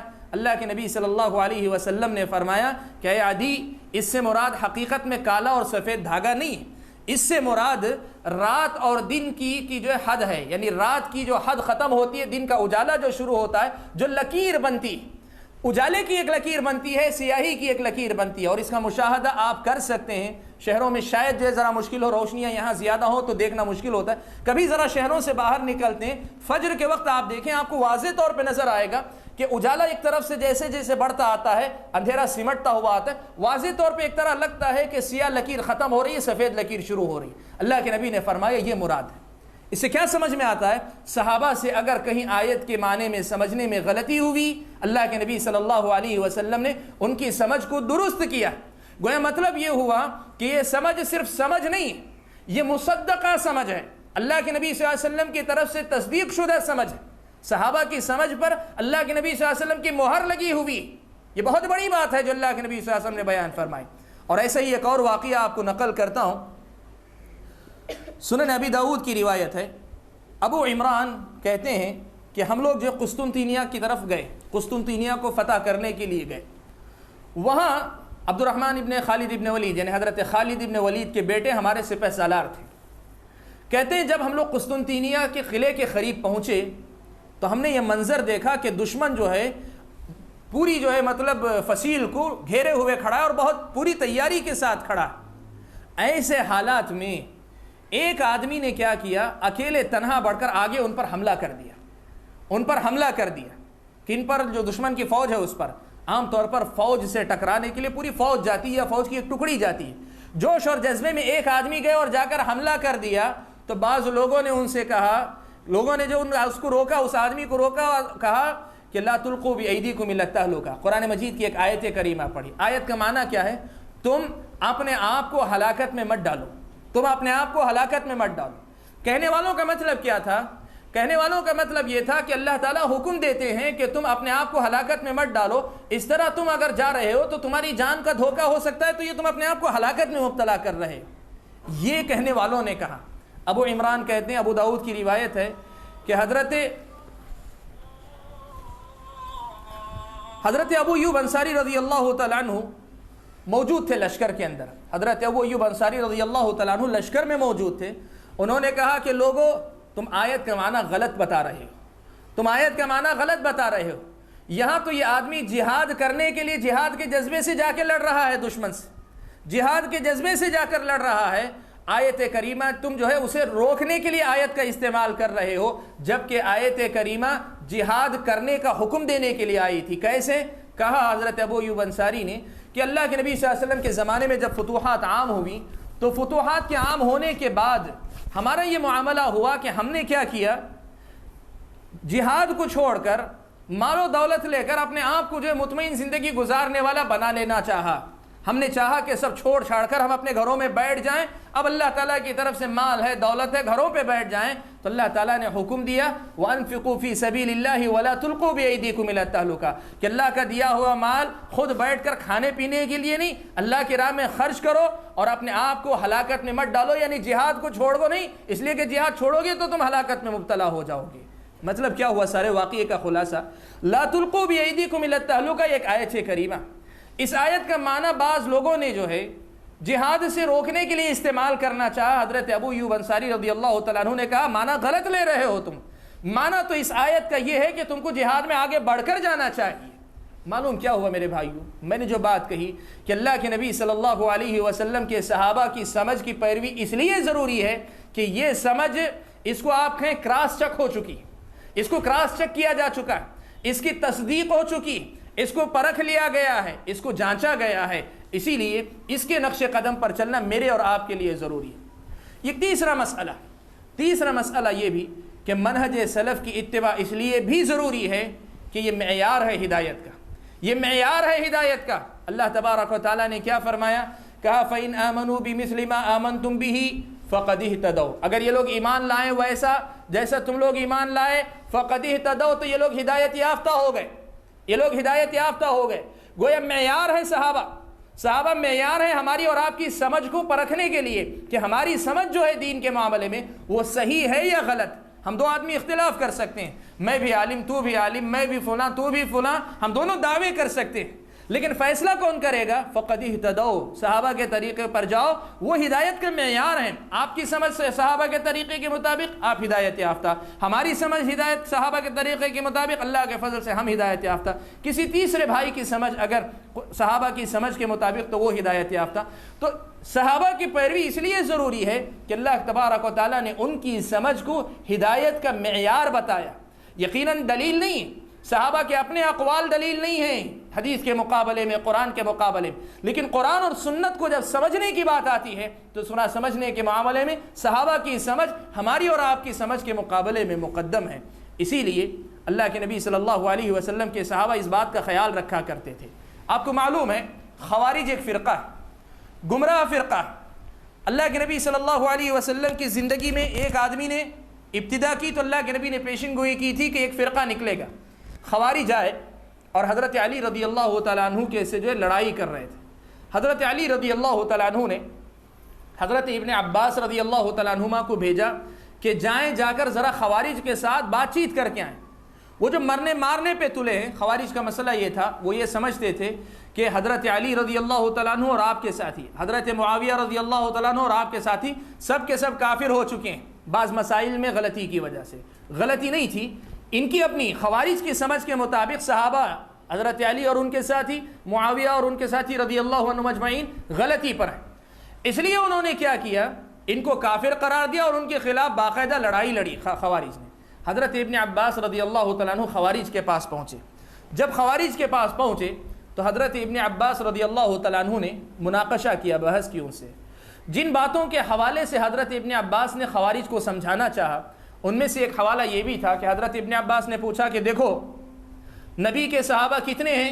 کافی ہیں، ہزاروں کی تعداد میں تھے اس وقت۔ حضرت ابن عباس رضی اللہ تعالیٰ عنہما نے ان سے پوچھا کہ یہ بتاؤ تم جس مسئلے پر ہو، جن اصولوں کی بنیاد پر لڑ رہے ہو، تمہارے ان اصولوں میں کون سا صحابی تمہاری تائید میں، کون سے صحابی تمہاری تائید میں؟ اور انہوں نے دیکھا ایک صحابی بھی خوارج کے ساتھ نہیں، ایک صحابی بھی خوارج کے ساتھ نہیں۔ حضرت ابن عباس رضی اللہ تعالیٰ عنہما نے کہا کہ نبی اکرم صلی اللہ علیہ وسلم نے جن صحابہ کو اپنے بعد پیچھے چھوڑا تھا، علم کے باب میں، تقوی کے باب میں، سب میں جن کو اللہ کے نبی صلی اللہ علیہ وسلم نے اپنے شاگرد کی حیثیت سے چھوڑا تھا، ان میں سے ایک بھی تمہارے ساتھ نہیں ہے، تو تم بلا بتاؤ تم کیسے ہدایت پر ہو سکتے ہو؟ تم کیسے ہدایت پر ہو سکتے ہو؟ مورخین نے لکھا ہے اس مجلس کے اختتام کے بعد 2000 خوارج نے توبہ کی، 2000 خوارج نے توبہ کی، کیوں؟ ان کی سمجھ میں یہ بات آ گئی کہ صحابہ واقعی معیار ہدایت ہیں، صحابہ کی سمجھ مقدم ہے، اور صحابہ جب ہمارے سوچ پہ نہیں ہیں تو ہماری سوچ میں غلطی ہے۔ 2000 خوارج نے اس مجلس کے اختتام پہ توبہ کی، مورخین نے یہ واقعہ نقل کیا۔ تو صحابہ کی پیروی اس لیے بھی ضروری ہے کہ صحابہ کی سمجھ، صحابہ کا دین کی وہ تفسیر جو صحابہ نے کی ہے، یہ معیار ہے، یہ اللہ تبارک و تعالیٰ نے قرآن مجید کے اندر بیان فرمایا۔ صحابہ کی پیروی اس لیے بھی ضروری ہے، ایک اور سبب اس لیے بھی ضروری ہے کہ صحابہ کی پیروی کریں گے تبھی امت کے اندر اتحاد باقی رہے گا، اور اگر اختلاف ہو چکا ہے تو اتحاد پیدا ہوگا۔ اگر پہلے سے اتحاد ہے تو اتحاد اسی وقت باقی رہے گا جب صحابہ کے نقش قدم پر چلیں گے، اور اگر اختلاف ہو چکا ہے جیسے ہمارے اور آپ کے دور میں ہے، آپ لاکھ کوشش کر لیں، ہر جماعت اپنے منہج اور عقیدے پہ باقی رہ کر آپس میں ایک پلیٹ فارم پہ اگر آ جائیں گے تو یہ اس کو اتحاد نہیں کہتے، یہ تو سیاسی سمجھوتا ہے وقتی ضرورت کے تحت۔ یقیناً اس کی ضرورت ہے، ہندوستان جیسے ماحول میں اپنے اختلافات رکھتے ہوئے بھی ملنا جلنا یہ ضروری، اس کی اہمیت گھٹانا مقصد نہیں، لیکن حقیقی اسلامی اتحاد جسے کہتے ہیں فکر و نظر کا اتحاد ہے، خیالات کی یکسوئی کی بات ہے، مسائل کے اندر اختلاف اپنی جگہ، عقائد ایک ہونا چاہیے، عقیدے ایک ہونے چاہیے، منہج ایک ہونا چاہیے، ایمان اور عقیدے کی بنیادی مسائل میں پوری طریقے سے اتفاق ہونا چاہیے، اور یہ اس وقت نہیں ہے۔ تو یہ کیسے پیدا ہوگا؟ ویسے ہی پیدا ہوگا کہ ہم صحابہ کی سمجھ کو معیار بنا کر ہم سب صحابہ کی سمجھ کی طرف لوٹیں، اسی وقت اتحاد پیدا ہوگا۔ اور اگر صحابہ کی سمجھ کو نہیں رکھیں گے، اختلاف باقی رہے گا۔ یہ بات اللہ نے بیان فرمائی، کہا اللہ تبارک و تعالیٰ نے اسی آیت کی تکمیل کرتے ہوئے فَإِنْ آمَنُوا بِمِثْلِ مَا آمَنْتُمْ بِهِ فَقَدْ اهْتَدَوْا، اگر یہ ایمان لائیں ویسا جیسے آپ لوگ ایمان لائے تو یہ ہدایت یافتہ ہو گئے۔ وَإِنْ تَوَلَّوْا، اور اگر یہ پیٹ پھیرتے ہیں، منہ موڑتے ہیں، تم جیسا ایمان نہیں لاتے، فَإِنَّمَا هُمْ فِي شِقَاقٍ، تو یہ لوگ اختلاف میں پڑ رہے ہیں، یہ لوگ اختلاف میں پڑ رہے ہیں۔ آیت کریمہ بہت واضح ہے، صحابہ کے طریقے پر آؤ گے اتحاد ہوگا۔ اور آج امت مسلمہ کی جتنی تنظیمیں، تحریکیں اتحاد امت کے لیے کوشش کر رہی ہیں، ان سب کی کوششیں قابل قدر یقیناً ہیں، لیکن یہ بات یقیناً سب کو کہی جا رہی ہے، سب کو یہ پیغام ہے کہ یاد رکھیں صحابہ کے منہج کو اپنائیں گے، ہر معاملے کے اندر، دین کے ہر مسئلے کے اندر صحابہ کے منہج کو اپنائیں گے، تبھی جا کر اسلامی اتحاد قائم ہوگا، ورنہ اتحاد کا خواب صرف ہم دیکھ سکتے ہیں، کوشش صرف کر سکتے ہیں، صحیح پھل ہم کو اپنی زندگی میں دیکھنا نصیب نہیں ہوگا۔ تو میرے بھائیوں، یہ کچھ مختلف اسباب میں نے آپ کے سامنے بتائے کہ صحابہ کی سمجھ ہی کیوں مقدم ہے۔ کچھ اور اسباب بھی بتاتا ہوں کہ صحابہ کی سمجھ یا صحابہ کا منہج ہی کیوں ضروری، اسی کی اتباع کیوں ضروری۔ اس لیے کہ صحابہ نے جس وقت دین کو سمجھا تھا، اس وقت ان کی سمجھ جو ہے باہر کی مختلف قسم کی مداخلات سے پاک تھی، خالص عرب تھے، عربی زبان بالکل خالص تھی، دوسری کوئی کسی زبان کا اثر عربی زبان پہ نہیں تھا، بدعتیں صحابہ کے زمانے میں نہیں تھیں، کسی بھی قسم کی گمراہی نہیں تھی، تو ان کی اپنی سوچ جو ہے بالکل صاف و شفاف تھی، تو صحابہ کی جو سمجھ تھی بالکل صحیح تھی۔ اور آج لوگ اگر اپنی طرف سے تفسیر کرتے ہیں تو اس کے اندر مختلف قسم کے افکار و نظریات کا دخل، آپ کو معلوم ہے آدمی جس ماحول میں پروان چڑھتا ہے اس کے دماغ کی جو ترتیب ہوتی ہے یا اس کا دماغ جو بنتا ہے، ذہن جو بنتا ہے، وہ اپنے ماحول سے متاثر ہوتا ہے، اپنے ماحول سے متاثر ہوتا ہے، اور آدمی جب اپنے دماغ پر جا کر فیصلہ کرتا ہے تو وہ اپنے ماحول سے آزاد نہیں ہو سکتا۔ مسئلہ یہ ہے کہ صحابہ کا زمانہ جو تھا وہ ہر قسم کی بدعات سے پاک تھا، ہر قسم کی باہر کی دخل اندازیوں سے پاک تھا، اس لیے ان کی سمجھ میں خلل پیدا ہونے کا امکان نہ ہونے کے برابر تھا۔ اس کے مقابلے میں بعد کے زمانے میں جو دین کی تفسیریں ہوئی، ان سب کے اندر جو ہے باہر کے بہت سے لوگوں کی، اس لیے کہ بہت سے دشمنان اسلام مسلمان بن کر اسلام کو نقصان پہنچائے، بہت سے لوگوں نے بدعتوں کو لا علمی کی وجہ سے، جہالت کی وجہ سے دین کے اندر داخل کر لیا، ان ساری چیزوں کا اثر لوگوں پر ہو چکا ہے۔ اس لیے آج اگر تفسیر کی بات ہوگی، یا آج اگر تفہیم کی بات ہوگی، یا آج اگر کسی کی سمجھ کی بات ہوگی تو وہ سمجھ پاک نہیں ہوگی، وہ متاثر ہوگی کسی نہ کسی سے۔ صحابہ کی سمجھ کسی سے اور سے متاثر نہیں، وہ پاک ہے، وہ صاف و شفاف ہے، اس لیے بھی صحابہ ہی کے منہج کی پیروی ضروری۔ اور صحابہ کے منہج کی پیروی اس لیے بھی ضروری ہے کہ آپ یہ دیکھیں گے کہ صحابہ کے منہج ہی میں آپ کو یہ چیز ملے گی کہ دین کے ہر مسئلے میں دو طرح کی غلطیاں ہوئی، یا تو اس معاملے میں غلو ہوا یا اس معاملے میں لوگوں نے کمی کی، لیکن صحابہ کا منہج ہمیشہ درمیانی رہا۔ وسطیت جسے کہتے ہیں یہ صحابہ کے منہج میں رہی۔ مثالیں آپ کو دیتا ہوں۔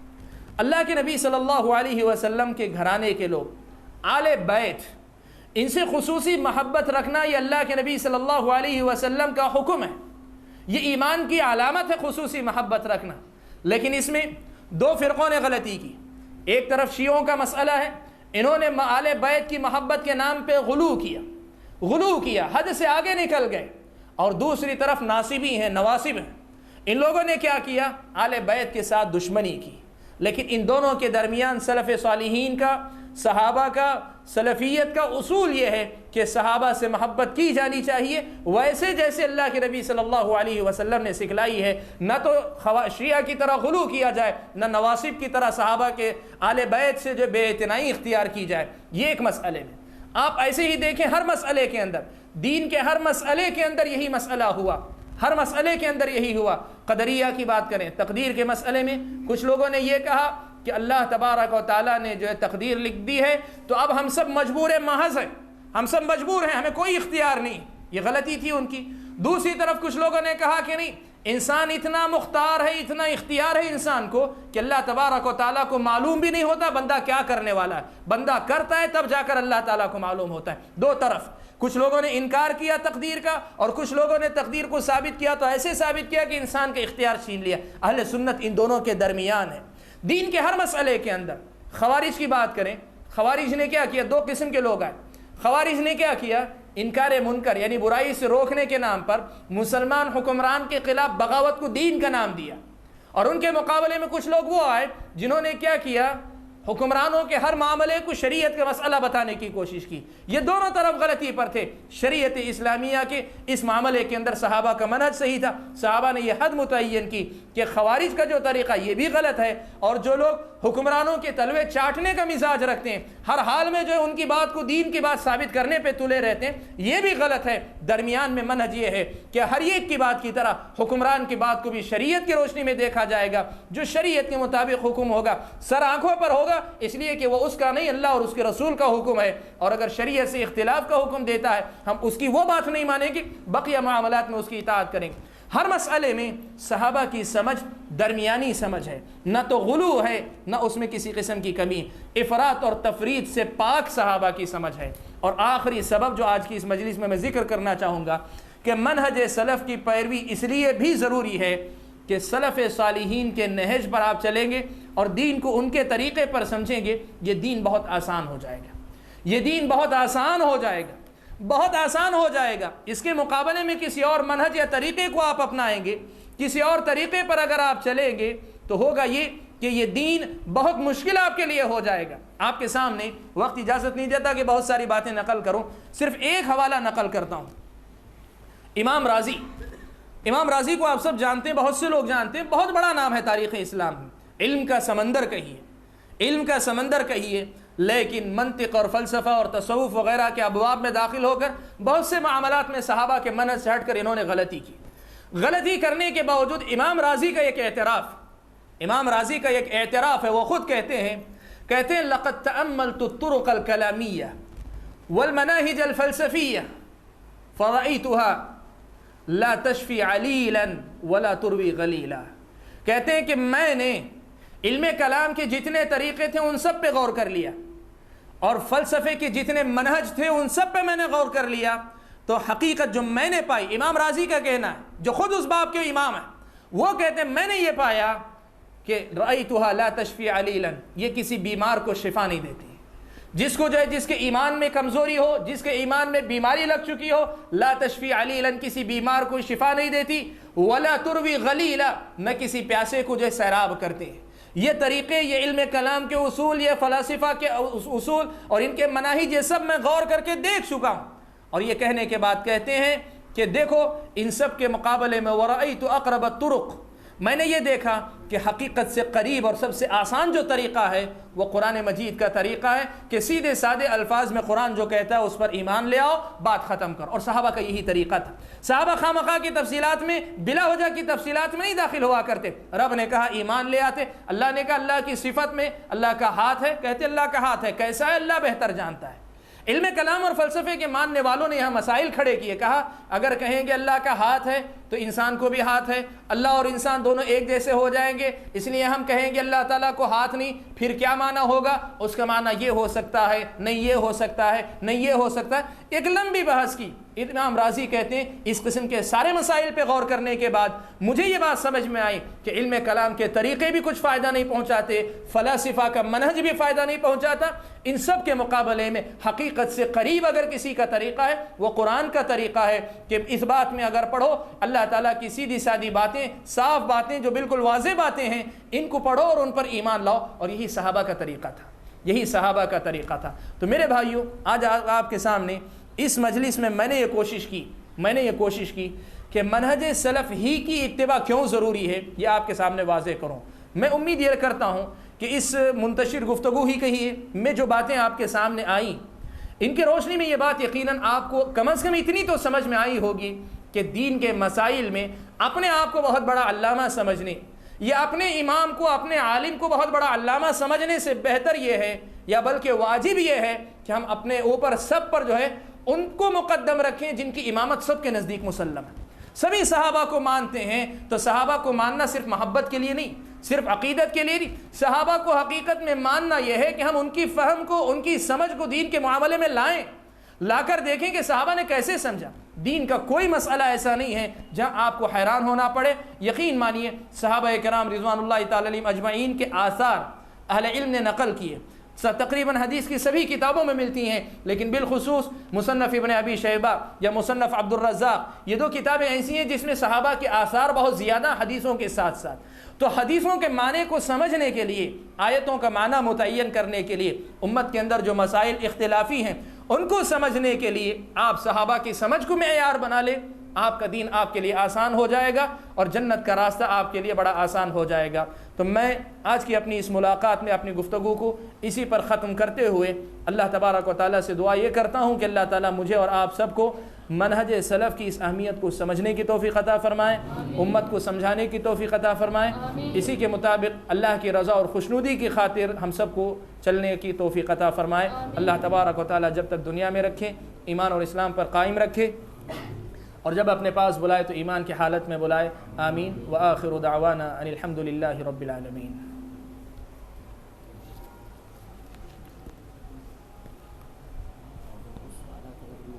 جی ہو سکتا ہے۔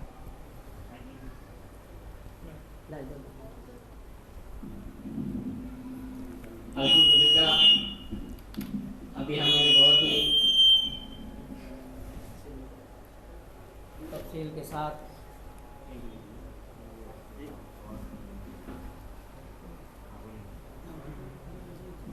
منہج سلف ہی کی اتباع کے موضوع پر ہمارے فاضل نوجوان دوست محترم مولانا عبدالحسیب صاحب مدنی حفظہ اللہ سے سن رہے تھے۔ ابھی اسی موضوع کے متعلق اگر کسی صاحب کو کسی طرح کی کوئی تشنگی ہے یا اس موضوع پر کسی کو کوئی سوال یا کوئی اشکال ہو تو بلا جھجک یہاں پوچھ سکتے ہیں، حضرت مولانا انشاءاللہ اس کا تشفی بخش آپ کو جواب دیں گے تاکہ آپ مطمئن ہو سکیں۔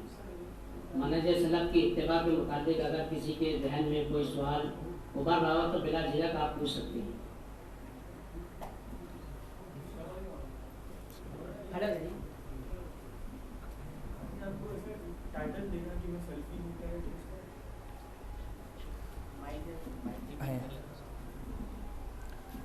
بھائی نے سوال کیا ہے کہ ٹھیک ہے منہج سلف پر چلیں گے ہم، لیکن جو ہے کیا یہ ٹائٹل دینا کہ میں سلفی ہوں ضروری ہے، یا کوئی بھی نام، میں اہل حدیث ہوں کہنا یہ ضروری ہے، میں جو ہے مطلب اثری ہوں یہ کہنا ضروری ہے، محمدی ہوں، انصاری، جو بھی القاب مشہور ہیں، کیا ضروری ہے؟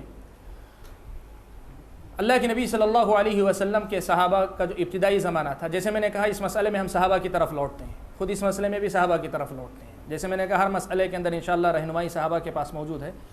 اللہ کے نبی صلی اللہ علیہ وسلم جب صحابہ کو چھوڑ کر گئے تھے تو صحابہ کے سامنے صرف اسلام تھا، اسلام کے علاوہ اور کچھ نہیں تھا، کوئی مسلک نہیں، کوئی مذہب نہیں، کوئی جماعت نہیں، جمعیت نہیں، تنظیم نہیں، تحریک نہیں، کچھ نہیں تھا۔ تو اس وقت اللہ کے نبی صلی اللہ علیہ وسلم کے صحابہ یہ بات جو ہے بار بار کہا کرتے تھے، اور صحابہ کے بعد تابعین، طبع تابعین، کئی ایک علماء سے اس قسم کے آثار مروی ہیں، وہ کہا کرتے تھے کہ مسلمانوں کا اسلام کے علاوہ کوئی اور نام نہیں ہے، مسلمانوں کا اسلام کے علاوہ اور کوئی نام نہیں ہے۔ یہ صحابہ کہا کرتے، صحابہ کے شاگرد کہا کرتے تھے، یہ جو ہے مطلب حقیقت ہے۔ لیکن جب اسلام ہی کے نام پر خود مسلمانوں کے اندر مختلف افکار و نظریات آ گئے، جیسے خوارج پیدا ہوئے تو یہاں دو گروہ ہو گئے مسلمانوں کے، ایک طرف جو ہے حضرت معاویہ، حضرت علی وغیرہ مسلمان صحابہ ہیں، دوسری طرف خوارج کا گروہ، تیسری طرف جو ہے بعد میں چل کر جو ہے ویسے شیعہ پیدا ہوئے، ویسے ہی چل کر جو ہے دوسرے پیدا ہوئے۔ تو مختلف فرقے جب پیدا ہوئے تو اب یہ کہنا کہ اسلام میں مسلمان ہوں، صرف اس سے جو ہے وہ مقصد پورا نہیں ہو رہا تھا، جو مقصد جو شریعت کا مقصود ہے وہ ہے صحیح اسلام کی پہچان، لوگوں کے سامنے صحیح اسلام کی پہچان کروانا۔ اور آپ جانتے ہیں حقیقتوں کی جو پہچان ہوتی ہے ناموں سے ہوتی ہے، نام کوئی چیز نہیں، نام کی جو کوئی حیثیت نہیں، نام اصل میں کچھ حقائق کا ترجمان ہوا کرتا ہے۔ جب یہ معاملہ پیش آیا تب اہل علم نے جو ہے مطلب باقاعدہ فرق کرنا شروع کیا، صرف مسلمان کہہ کر بس نہیں کرتے تھے، باقاعدہ جو ہے اہل علم فرق کیا کرتے تھے کچھ ناموں کے ذریعے۔ جیسے آپ سورہ آل عمران کی جو ہے آیت کی تفسیر میں دیکھیں، اللہ تعالیٰ نے فرمایا یوم تبیض وجوہ وتسود وجوہ، اس دن کچھ چہرے جو ہے سفید ہوں گے، کچھ چہرے سیاہ پڑ جائیں گے، کچھ چہرے سفید ہوں گے، کچھ چہرے کالے ہو جائیں گے، قیامت کے دن کا تذکرہ کیا۔ ابن عباس رضی اللہ تعالیٰ عنہما نے اس آیت کی تفسیر کی تو کہا تبیض وجوہ اہل السنہ، اس دن اہل سنت کے چہرے جو ہے روشن ہو جائیں گے، اس دن اہل سنت کے چہرے روشن ہو جائیں گے۔ حضرت ابن عباس نے یہ کیوں نہیں کہا کہ مسلمانوں کے چہرے روشن ہو جائیں گے اور کافروں کے چہرے کالے ہو جائیں گے؟ وہ تو واضح بات ہے۔ حضرت ابن عباس رضی اللہ تعالیٰ عنہما یہ بتانا چاہتے ہیں کہ قیامت کے دن چہروں کی سفیدی ان کو نصیب ہوگی جو اسلام پر آنے کے بعد بھی اہل السنہ والجماعہ کے منہج پر جو باقی رہیں گے۔ اس پیغام کو دینے کے لیے یہ اہل السنہ کی اصطلاح ضروری تھی، حضرت ابن عباس رضی اللہ تعالیٰ عنہما نے استعمال کیا۔ اسی لیے سلف صالحین کے زمانے کے بعد سے، یعنی حضرت صحابہ کے زمانہ، تابعین، تبع تابعین کے زمانے کے بعد سے یہ طریقہ ہمیشہ سے رہا ہے کہ انہوں نے جو ہے حقائق کو مجھ سے متعارف کروانے کے لیے نام دیا ہے۔ اور یہ بات ہوئی کہ جو اہل علم پہلے یہ کہا کرتے تھے کہ اسلام کے علاوہ کوئی اور نام نہیں ہے ان کا، انہی کے آثار میں یہ بات بعد کے زمانے میں آپ کو ملے گی۔ اس وقت نام مستحضر نہیں ہے۔ کئی علماء نے یہ بات کہی کہ اہل السنۃ لیس لهم اسم ولا لقب سوى الاسلام وما دل علیہ، اہل السنہ والجماعہ کا کوئی نام اور کوئی لقب نہیں ہے اسلام یا اسلام کے ہم معنی لفظ کے علاوہ۔ یہ بتانے کے لیے کہ صحیح اسلام کی ترجمانی کے لیے کوئی لفظ لایا جاتا ہے تو یہ نام لانا غلط نہیں ہے۔ تو آج جب یہ معنی جو ہے مطلب کہا جاتا ہے کہ سلفی یا جو ہے اہل حدیث وغیرہ جو بھی لفظ استعمال کیا جاتا ہے، اس کا ایک مقصد ہے، یہ کوئی مطلب گروہ بندی کے لیے نہیں، بلکہ یہ بتانے کے لیے کہ دین کی سمجھ کا وہ طریقہ جو صحابہ کے پاس تھا اس طریقے پر چلنے کی دعوت دیتے ہیں۔ آپ کہیں مسلمان ہیں تو سبھی مسلمان، مثال کے طور پہ آپ سے اگر کوئی بھائی کہے آپ نے جو ہے اللہ تعالیٰ نے آپ کو جو ہے مسئلہ سمجھایا کہ نہیں یہ مسئلہ غلط، وہ مسئلہ غلط، صحیح اسلام یہ ہے، کل آپ کو جو ہے جوڑنا جائے، کس سے کہا جائے نہیں مسلمانوں سے آپ جڑے رہیں، تو مسلمانوں میں وہ سارے شامل ہیں نا، وہ سارے کے سارے شامل ہیں۔ آج آپ سے مسئلہ پوچھے گا، کل کسی اور آدمی سے، کل کسی اور غلط فرقے سے، کل پرسوں کسی اور غلط فرقے سے، تو نام حقیقت میں منہج کی پہچان ہوتی ہے، اور جب منہج سے اتفاق ہو تو نام میں کوئی حرج نہیں ہے، نام میں کوئی حرج نہیں۔ اسی لیے جب بدعتیں بہت زیادہ پھیلنے لگی تو ان بدعتوں کا مقابلہ کیا صحابہ نے، صحابہ کے بعد تابعین نے، تبع تابعین نے، اور خاص طور پہ جو فن حدیث سے جڑے ہوئے علماء تھے، علماء اہل حدیث جو تھے یعنی محدثین کرام، ان کی جو ہے مطلب خدمات سب سے نمایاں تھی تمام فرقوں کے خلاف۔ آپ دیکھیں خوارج کے خلاف آپ کو باب ملے گا کچھ حدیث کی کتابوں میں، شیعہ کا جو ہے حب اہل بیت کے مسئلے پر ملے گا، تقدیر کے مسئلے پر آپ کو ملے گا، جتنے دین کے مسائل میں اختلاف ہوا ان کے زمانے میں ان سب کی تردید کی مقابلہ کیا محدثین کرام نے۔ اسی کو دیکھتے ہوئے علماء نے یہ بات کہی ان لم یکن اصحاب الحدیث فلا ادری من ہم، اگر یہ اس سے مراد نجات پانے والے گروہ سے اصحاب الحدیث نہ ہو تو میں نہیں جانتا کہ اور کون۔ کیوں کہا؟ اس لیے کہ صرف یہاں یہ کہہ کر کہ مسلمانوں کے علاوہ اور کچھ نہیں، مقصد پورا نہیں ہو رہا تھا۔ جو مقصد صحابہ کے زمانے میں بدعتوں کے آنے سے پہلے تو پورا ہوتا تھا، وہ بدعتوں کے آنے کے بعد پورا نہیں ہو رہا تھا۔ اس لیے اگر نام لیا جاتا ہے تو نام لینا اگر جو ہے حالات تقاضا کرتے ہیں تو واجب بھی ہو سکتا ہے، اور اگر حالات مجبور نہ کریں تو جائز تو کم از کم ہوگا، اس میں کوئی حرج نہیں۔ اور سب سے بڑی بات جو واضح کروں گا آپ کو کہ یہ نام رکھنا، سلفی یا اہل حدیث نام رکھنے کا مسئلہ، یہ جو ہے جیسے میں نے بیان کیا، سب سے پہلے آپ کو حضرت ابن عباس کی تفسیر سے ملے گا، صحابہ کے زمانے سے اہل السنہ کا نام، اہل السنہ کے نام سے۔ بعد کے زمانے میں آپ کو جو ہے بہت سے علماء کے پاس یہ ملتا جائے گا، 20ویں یعنی 14ویں صدی میں آ کر ہی اس نام پہ اعتراض سب سے پہلے ہوا۔ اگر یہ گمراہی ہوتی صحابہ کے زمانے میں اعتراض ہوتا، تابعین کے زمانے میں اعتراض ہوتا، سب کے زمانے میں اعتراض ہوتا. تاریخ میں کبھی اس نام پہ اعتراض نہیں ہوا، اس قسم کے ناموں پہ اعتراض نہیں ہوا. کیوں؟ اس لیے کہ سب جانتے تھے کہ اس میں کوئی غلطی نہیں ہے.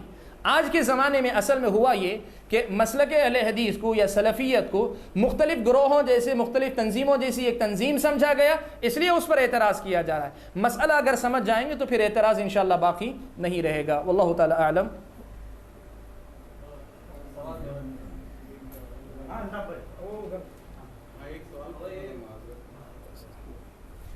پوچھیں آپ.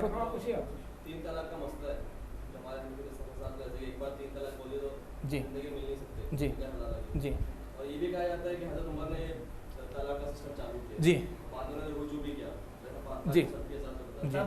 تو یہ بات کہاں تک اس کی تفسیر کیا ہے؟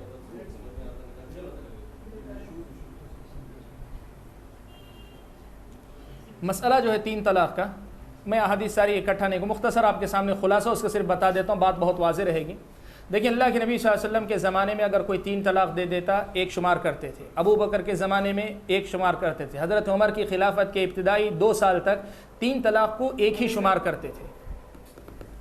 چھوڑ دیں. تو حضرت عمر کے زمانے میں بھی ابتدا میں ایک ہی طلاق شمار ہوتی تھی. 3 طلاق اگر دے دی جاتی. حضرت عمر ابن خطاب رضی اللہ تعالیٰ عنہ نے لوگوں کو جو ہے تنبیہ کی. لوگ حضرت عمر کے زمانے میں لوگوں نے جو اس کو ایک معاملہ جو ایک اسے تکیہ کلام بنا لیا تھا. کہیے بات کرتے جو اٹھتے ہی براہ راست طلاق دینے کا طریقہ یہ ہے کہ آدمی ایک طلاق دے اور اس کے بعد عدت گزرنے دے، رجوع کرے، یا پھر جو ہے مطلب انجام کو پہنچنے کے بعد طلاق دے. طلاق دینے کا جو طریقہ اس سے ہٹ کر ایک ساتھ 3 طلاق دینا غلط طریقہ تھا. اس غلط طریقے پہ لوگ بہت زیادہ چل رہے تھے. حضرت عمر نے کہا کہ دیکھو یا تو تم لوگ اس طرح کرنے سے باز آ جاؤ، 3 ایک ساتھ دینے سے بچ جاؤ، ورنہ میں کیا کروں گا 3 کو 3 نافذ کر دوں گا، پھر رجوع کرنے کا حق نہیں رہے گا. اسے تم لوگوں نے جو اللہ تعالیٰ نے جس معاملے میں تم کو وسعت دی تھی، گنجائش دی تھی، اسے تم لوگوں نے جو ہے مطلب ختم کرنے کا ارادہ کر لیا. لگتا ہے میں 3 کے 3 نافذ کر دوں گا. لوگ باز نہیں آئے تو حضرت عمر ابن خطاب رضی اللہ تعالیٰ عنہ نے 3 کو 3 نافذ کر دیا. کہا کہ 3 اگر دے گا تو 3 شمع سمجھ لی جائے گی، رجوع کرنے کا اختیار نہیں ہوگا. یہ مسئلہ ہے، واضح ہے، اس کے دلائل موجود ہیں، تفصیل بعد میں آپ چاہیں تو لے سکتے ہیں. یہاں اب رک کر جو ایک سوال ہے، حضرت عمر ابن خطاب نے جب 3 کو 3 نافذ کر دیا تو کیا حضرت عمر کا فیصلہ نبی کے فیصلے کو ختم کر دیتا ہے، منسوخ کر دیتا ہے؟ کیا کسی امتی کو، چاہے حضرت عمر ابن خطاب رضی اللہ تعالیٰ عنہ ہوں، ابو بکر صدیق رضی اللہ تعالیٰ عنہ ہوں، ان کے مسئلے کی وجہ سے شریعت کا مسئلہ منسوخ ہو جاتا ہے؟ شریعت کا مسئلہ منسوخ نہیں ہوتا. پھر کیا ہوگا؟ اس کو کیا کہیں گے؟ حضرت عمر نے اللہ کے نبی کی سنت کی مخالفت کی ہے؟ نہیں، اس کو نہیں کہتے.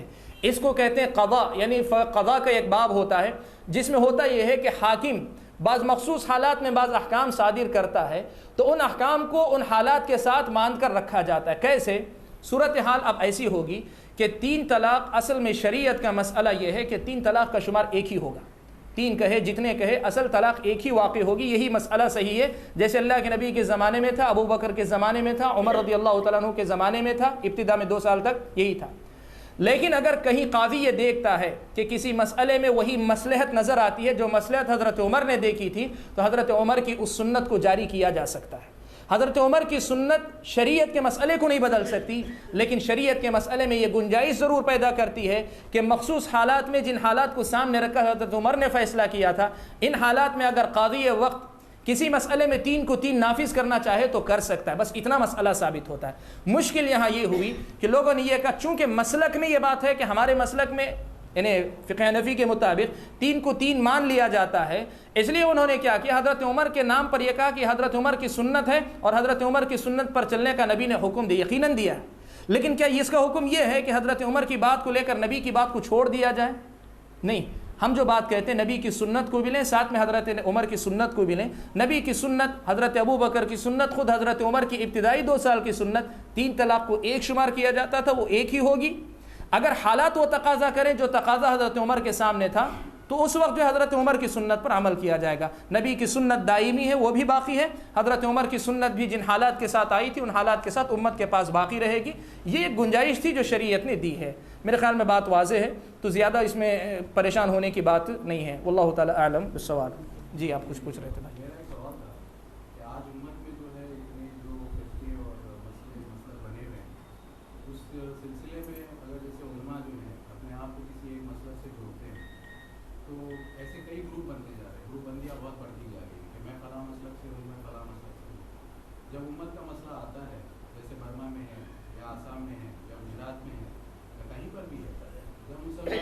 کیا جاتا ہے تو کیا یہ کہا جاتا ہے آپ سلفی ہو، آپ تبلیغی ہو، آپ سنی ہو، آپ یہ ہو، تو مسلمان ہے. ہر مسلمان کو اس کے حساب سے جس کی داڑھی ہے، جس کے چہرہ ہے، وہ اسے مسلمان کہتا ہے. اس وقت جو امت میں ہے کہ آپ جو قرآن میں کہا گیا ہے کہ آپ آپس میں تفرقہ نہ ڈالو اور اللہ کی ایک رسی کو تھامے رکھو، کیا ہم اس جواز پہ اس وقت عمل کر رہے ہیں کہ آپ اس طرح سے اپنے آپ کو ایک پرٹیکولر مسلک سے یا اپنے آپ کو ایک پرٹیکولر آئیڈیالوجی سے جوڑنا، کیا یہ صحیح ہے یا امت کو اس وقت زیادہ جوڑنے کا کام ہے؟ ایون پوری امت کا اجماع ہے کہ ایون شیعہ لوگ جو ہیں اس وقت آپ ان کو کافر نہیں کہہ سکتے جب تک کہ اللہ اور اللہ کے رسول کے اوپر جو ایمان لاتے ہیں لوگ. اور آج بھی اگر آپ دیکھیں اس وقت جو سارے پوری دنیا میں جو امریکہ ہے، جو اسرائیل ہے، جو اس کے خلاف لڑے ہوئے ہیں، وہ ایرانی لوگ لڑے ہوئے ہیں. اگر اس مسلک میں دیکھا جائے تو ایرانیوں کو ہم کہنا چاہیے کہ یہ تو پھر کافر ہیں، کفار ہیں، جبکہ آپ اہل سنت والجماعت کے جتنے علماء کو دیکھیں وہ تو ان کی گود میں جا کے بیٹھے ہوئے ہیں. سوال مسئلہ یہ ہے کہ کیا اس وقت اپنے آپ کو بانٹنا، اپنے آپ کو فرقوں اور مسلک میں بانٹنا یہ جائز ہے، یا ہمیں یہ کہنا کہ ہم مسلمان ہیں، اللہ اور اللہ کے نبی پہ ایمان لاتے ہیں، یہ زیادہ امپورٹنٹ ہے؟ سوال بہت اچھا کیے ہیں آپ، لیکن میں جو ہے آپ کا جواب دینے سے پہلے کچھ باتیں آپ کو بولتا ہوں اور امید ہے اسی جذبے سے سنیں گے. آپ جس جذبے سے آپ نے سوال کیا، آپ کے جذبے کی بڑی قدر ہے. لگتا ہے جو آپ کہہ رہے ہیں کہ امت کا ایک درد آپ کے اندر جو محسوس ہو رہا ہے وہ بہت اچھی چیز ہے، اس کو باقی رکھیے. دیکھیے ایک چیز بتاتا ہوں، کچھ باتیں آپ کی گفتگو میں ایسی آئیں جن کے متعلق میں جو ہے میری اپنی ناقص رائے، اور ان مسائل سے جو ہے اللہ کا فضل و کرم ہم بہت گہرائی سے رشتہ رکھتے ہیں، جانتے ہیں. بہت سی باتوں میں آپ کی معلومات کا دار و مدار جو ہے اخبارات پر ہے، اخبار کی خبروں پر ہے.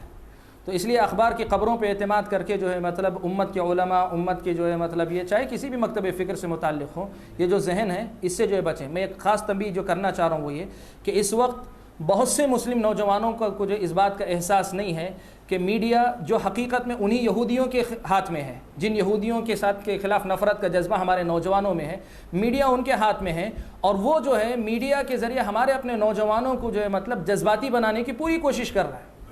ہمارے اپنے نوجوان اسی کی رو میں بہتے ہوئے جا رہے ہیں. یہ بہت بڑا مسئلہ ہے، خود ان کو ادراک نہیں. یعنی ہم جس کے خلاف جو ہے مطلب لڑنے کی بات کر رہے ہیں، جن کے خلاف ہم گفتگو کرنے کی بات کر رہے ہیں، ہم خود اس کا کھلونا بنے ہوئے بہت سے مقامات پہ ہمیں احساس نہیں ہے. تو اس قسم کی کچھ چیزیں آپ کی باتوں میں آئیں، میں وقت اس کو جو ہے زیادہ اس میں جانا نہیں چاہتے اس لیے کہ آپ کا سوال اس سے زیادہ اہم ہے. تو یہ تنبیہ میں کہنا چاہوں گا کہ یاد رکھیں کہ اخبارات کی خبریں، میڈیا کی خبروں پر اس پر جو ہے بہت زیادہ آپ اعتماد کر کے اتنی بڑی بڑی باتیں سب پہ جو ہے حکم لگانے والا مزاج نہ رکھیں. دوسری بات، آپ نے پوچھا کہ اس وقت جو ہے مطلب کیا ضروری ہے. میرے خیال میں میرے موضوع میں ایک جگہ میں نے جو ہے مطلب بہت اہم مسئلہ اٹھایا تھا، پتہ نہیں آپ میری پوری گفتگو میں موجود تھے نہیں تھے، اگر موجود ہو نہ ہو تو ایک مرتبہ سن لیں آپ. اس میں نے وہ موضوع اٹھایا. میں نے کہا کہ جو ہے اللہ تبارک و تعالی ایک طرف مسلمانوں کی یہ حالات ہیں اختلاف اور انتشار کے، اور اختلاف اور انتشار کو ختم کر کے ہی ہم اس کا مقابلہ کر سکتے ہیں. یہ جو حالات آپ نے کہا نا کہ برما کی بات کریں، آسام کی بات کریں، یا ہندوستان میں گجرات کی بات کریں، کسی اور جگہ کی بات کریں، یا یہ تاریخ ہے، بہت لمبی تاریخ ہے. ہم کو اتنے ہو چکے ہیں کہ مسلمانوں کو نام یاد نہیں کتنے مرتبہ ان کو جو ہے کاٹا پیٹا گیا. اور اللہ محفوظ رکھے، اللہ محفوظ رکھے. یہ حالات ایسے ہیں کہ آئندہ اور کتنی بار ہوگا اللہ بہتر جانتا ہے. تو ایسے حالات میں یہ جو بات ہے، یہ نقطہ بالکل صحیح ہے آپ کا کہ مسلمان ایک ہو کر ہی صحیح طریقے سے ان کا مقابلہ کر سکتے ہیں. اس پر بھی اتفاق، کوئی دو رائے نہیں. آپ کے جو بات کہنا پیغام ہے بہت واضح ہے اس میں. لیکن اس کے بعد جو مسئلہ تھا اس نقطے کو میں نے واضح کیا. میں نے کہا دیکھیے کہ آج جو اتحاد کا تصور امت میں ہے اور جو آپ نے بھی ذکر کیا وہ، اور شریعت نے جس اتحاد پہ مدد کا وعدہ کیا، دونوں میں بہت فرق ہے. آپ اور میں جو بات کر رہے ہیں، یعنی عوام کی بات کر رہا ہوں، جو ہے ہمارا مسئلہ یہ ہے، ان کو ان کے مسلک پہ باقی رکھو، ان کو اس کے عقیدے پہ باقی رکھو، ان کو اس عقیدے پہ باقی رکھو، سب کو اپنے اپنے پاس رکھو، رکھ کر جو ہے کیا کرو، صرف کسی ایک پلیٹ فارم پہ جمع ہو جاؤ تو جو ہے مطلب اتحاد ہو جائے گا. اسے اسلامی اتحاد نہیں کہتے، یہ بات یاد رکھیں آپ، اسے اسلامی اتحاد نہیں کہتے. یہ جو ہے مسلمانوں کے حالات کے مطابق وقتی ضرورت ضرور ہے، اور اس کی جو ہے آپ جتنے پرزور الفاظ میں کہیں ہم جو ہے تائید کرتے ہیں، اور یہ ہمارا پورا ریکارڈ ہے کہ ہم پوری کوشش کرتے ہیں کہ ایسے معاملات میں کبھی امت سے اختلاف نہیں ہونا چاہیے جہاں دشمن کے ساتھ مقابلے کی بات ہو، کافر کے ساتھ مقابلے کی بات ہو.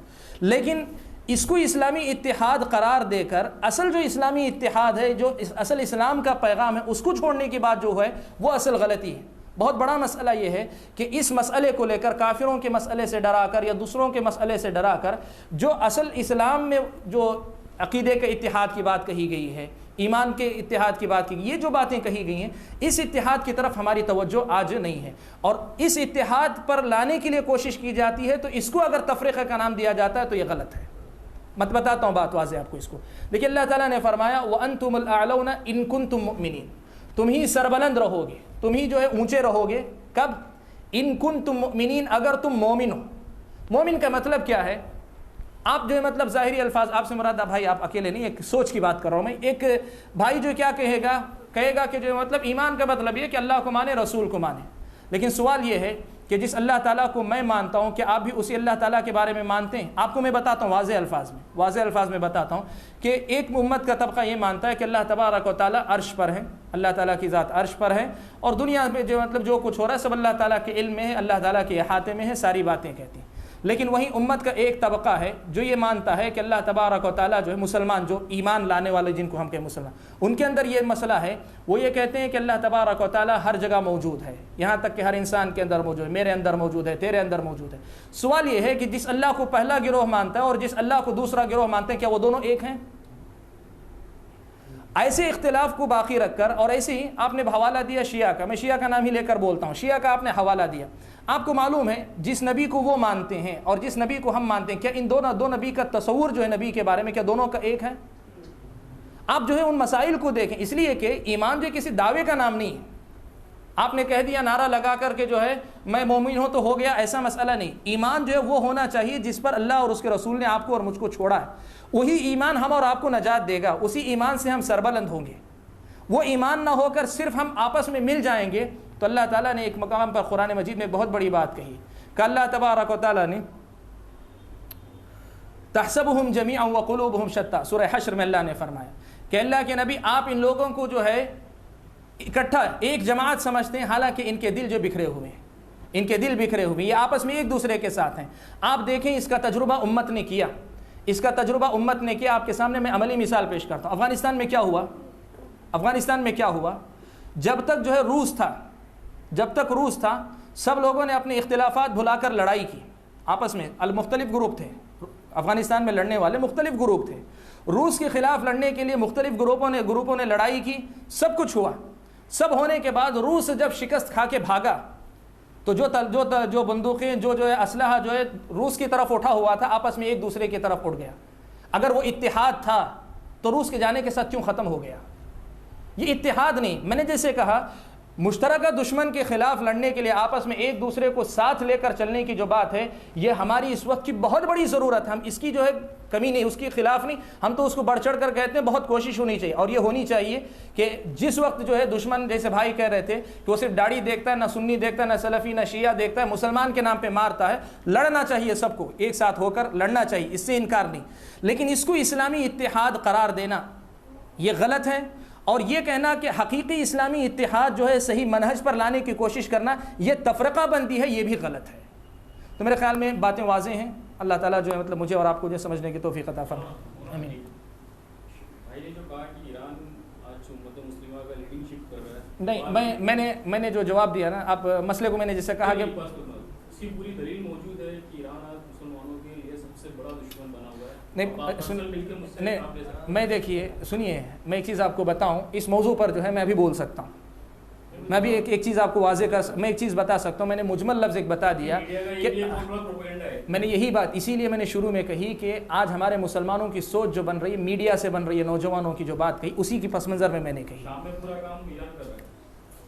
بہت ہیں بس میں نے کہا نا کہ جو ہے مسئلہ ایسا ہے، مسئلہ آپ لوگ جو ہے اصل میں ایران کے بارے میں لوگ جو ہے جتنا جانتے ہیں میڈیا سے جانتے ہیں، حقیقت میں جو ایران کے جو منصوبہ ہے، جو وہ کام کر رہا ہے، اس کے بارے میں تفصیلات نہیں۔ اگر آپ کو ضرورت ہو تو آپ مجھ سے رابطہ کر سکتے رہتا ہے۔ ہاں بیٹھیں گے انشاءاللہ، بیٹھیں گے اطمینان سے انشاءاللہ، بالکل کریں گے، ہاں بالکل انشاءاللہ۔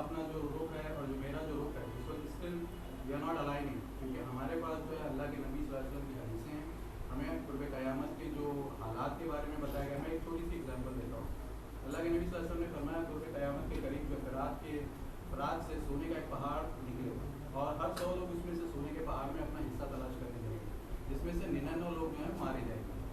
اس چیز میں یہ بتایا کہ ایمان والے اس میں سے اپنا حصہ نہ لیں۔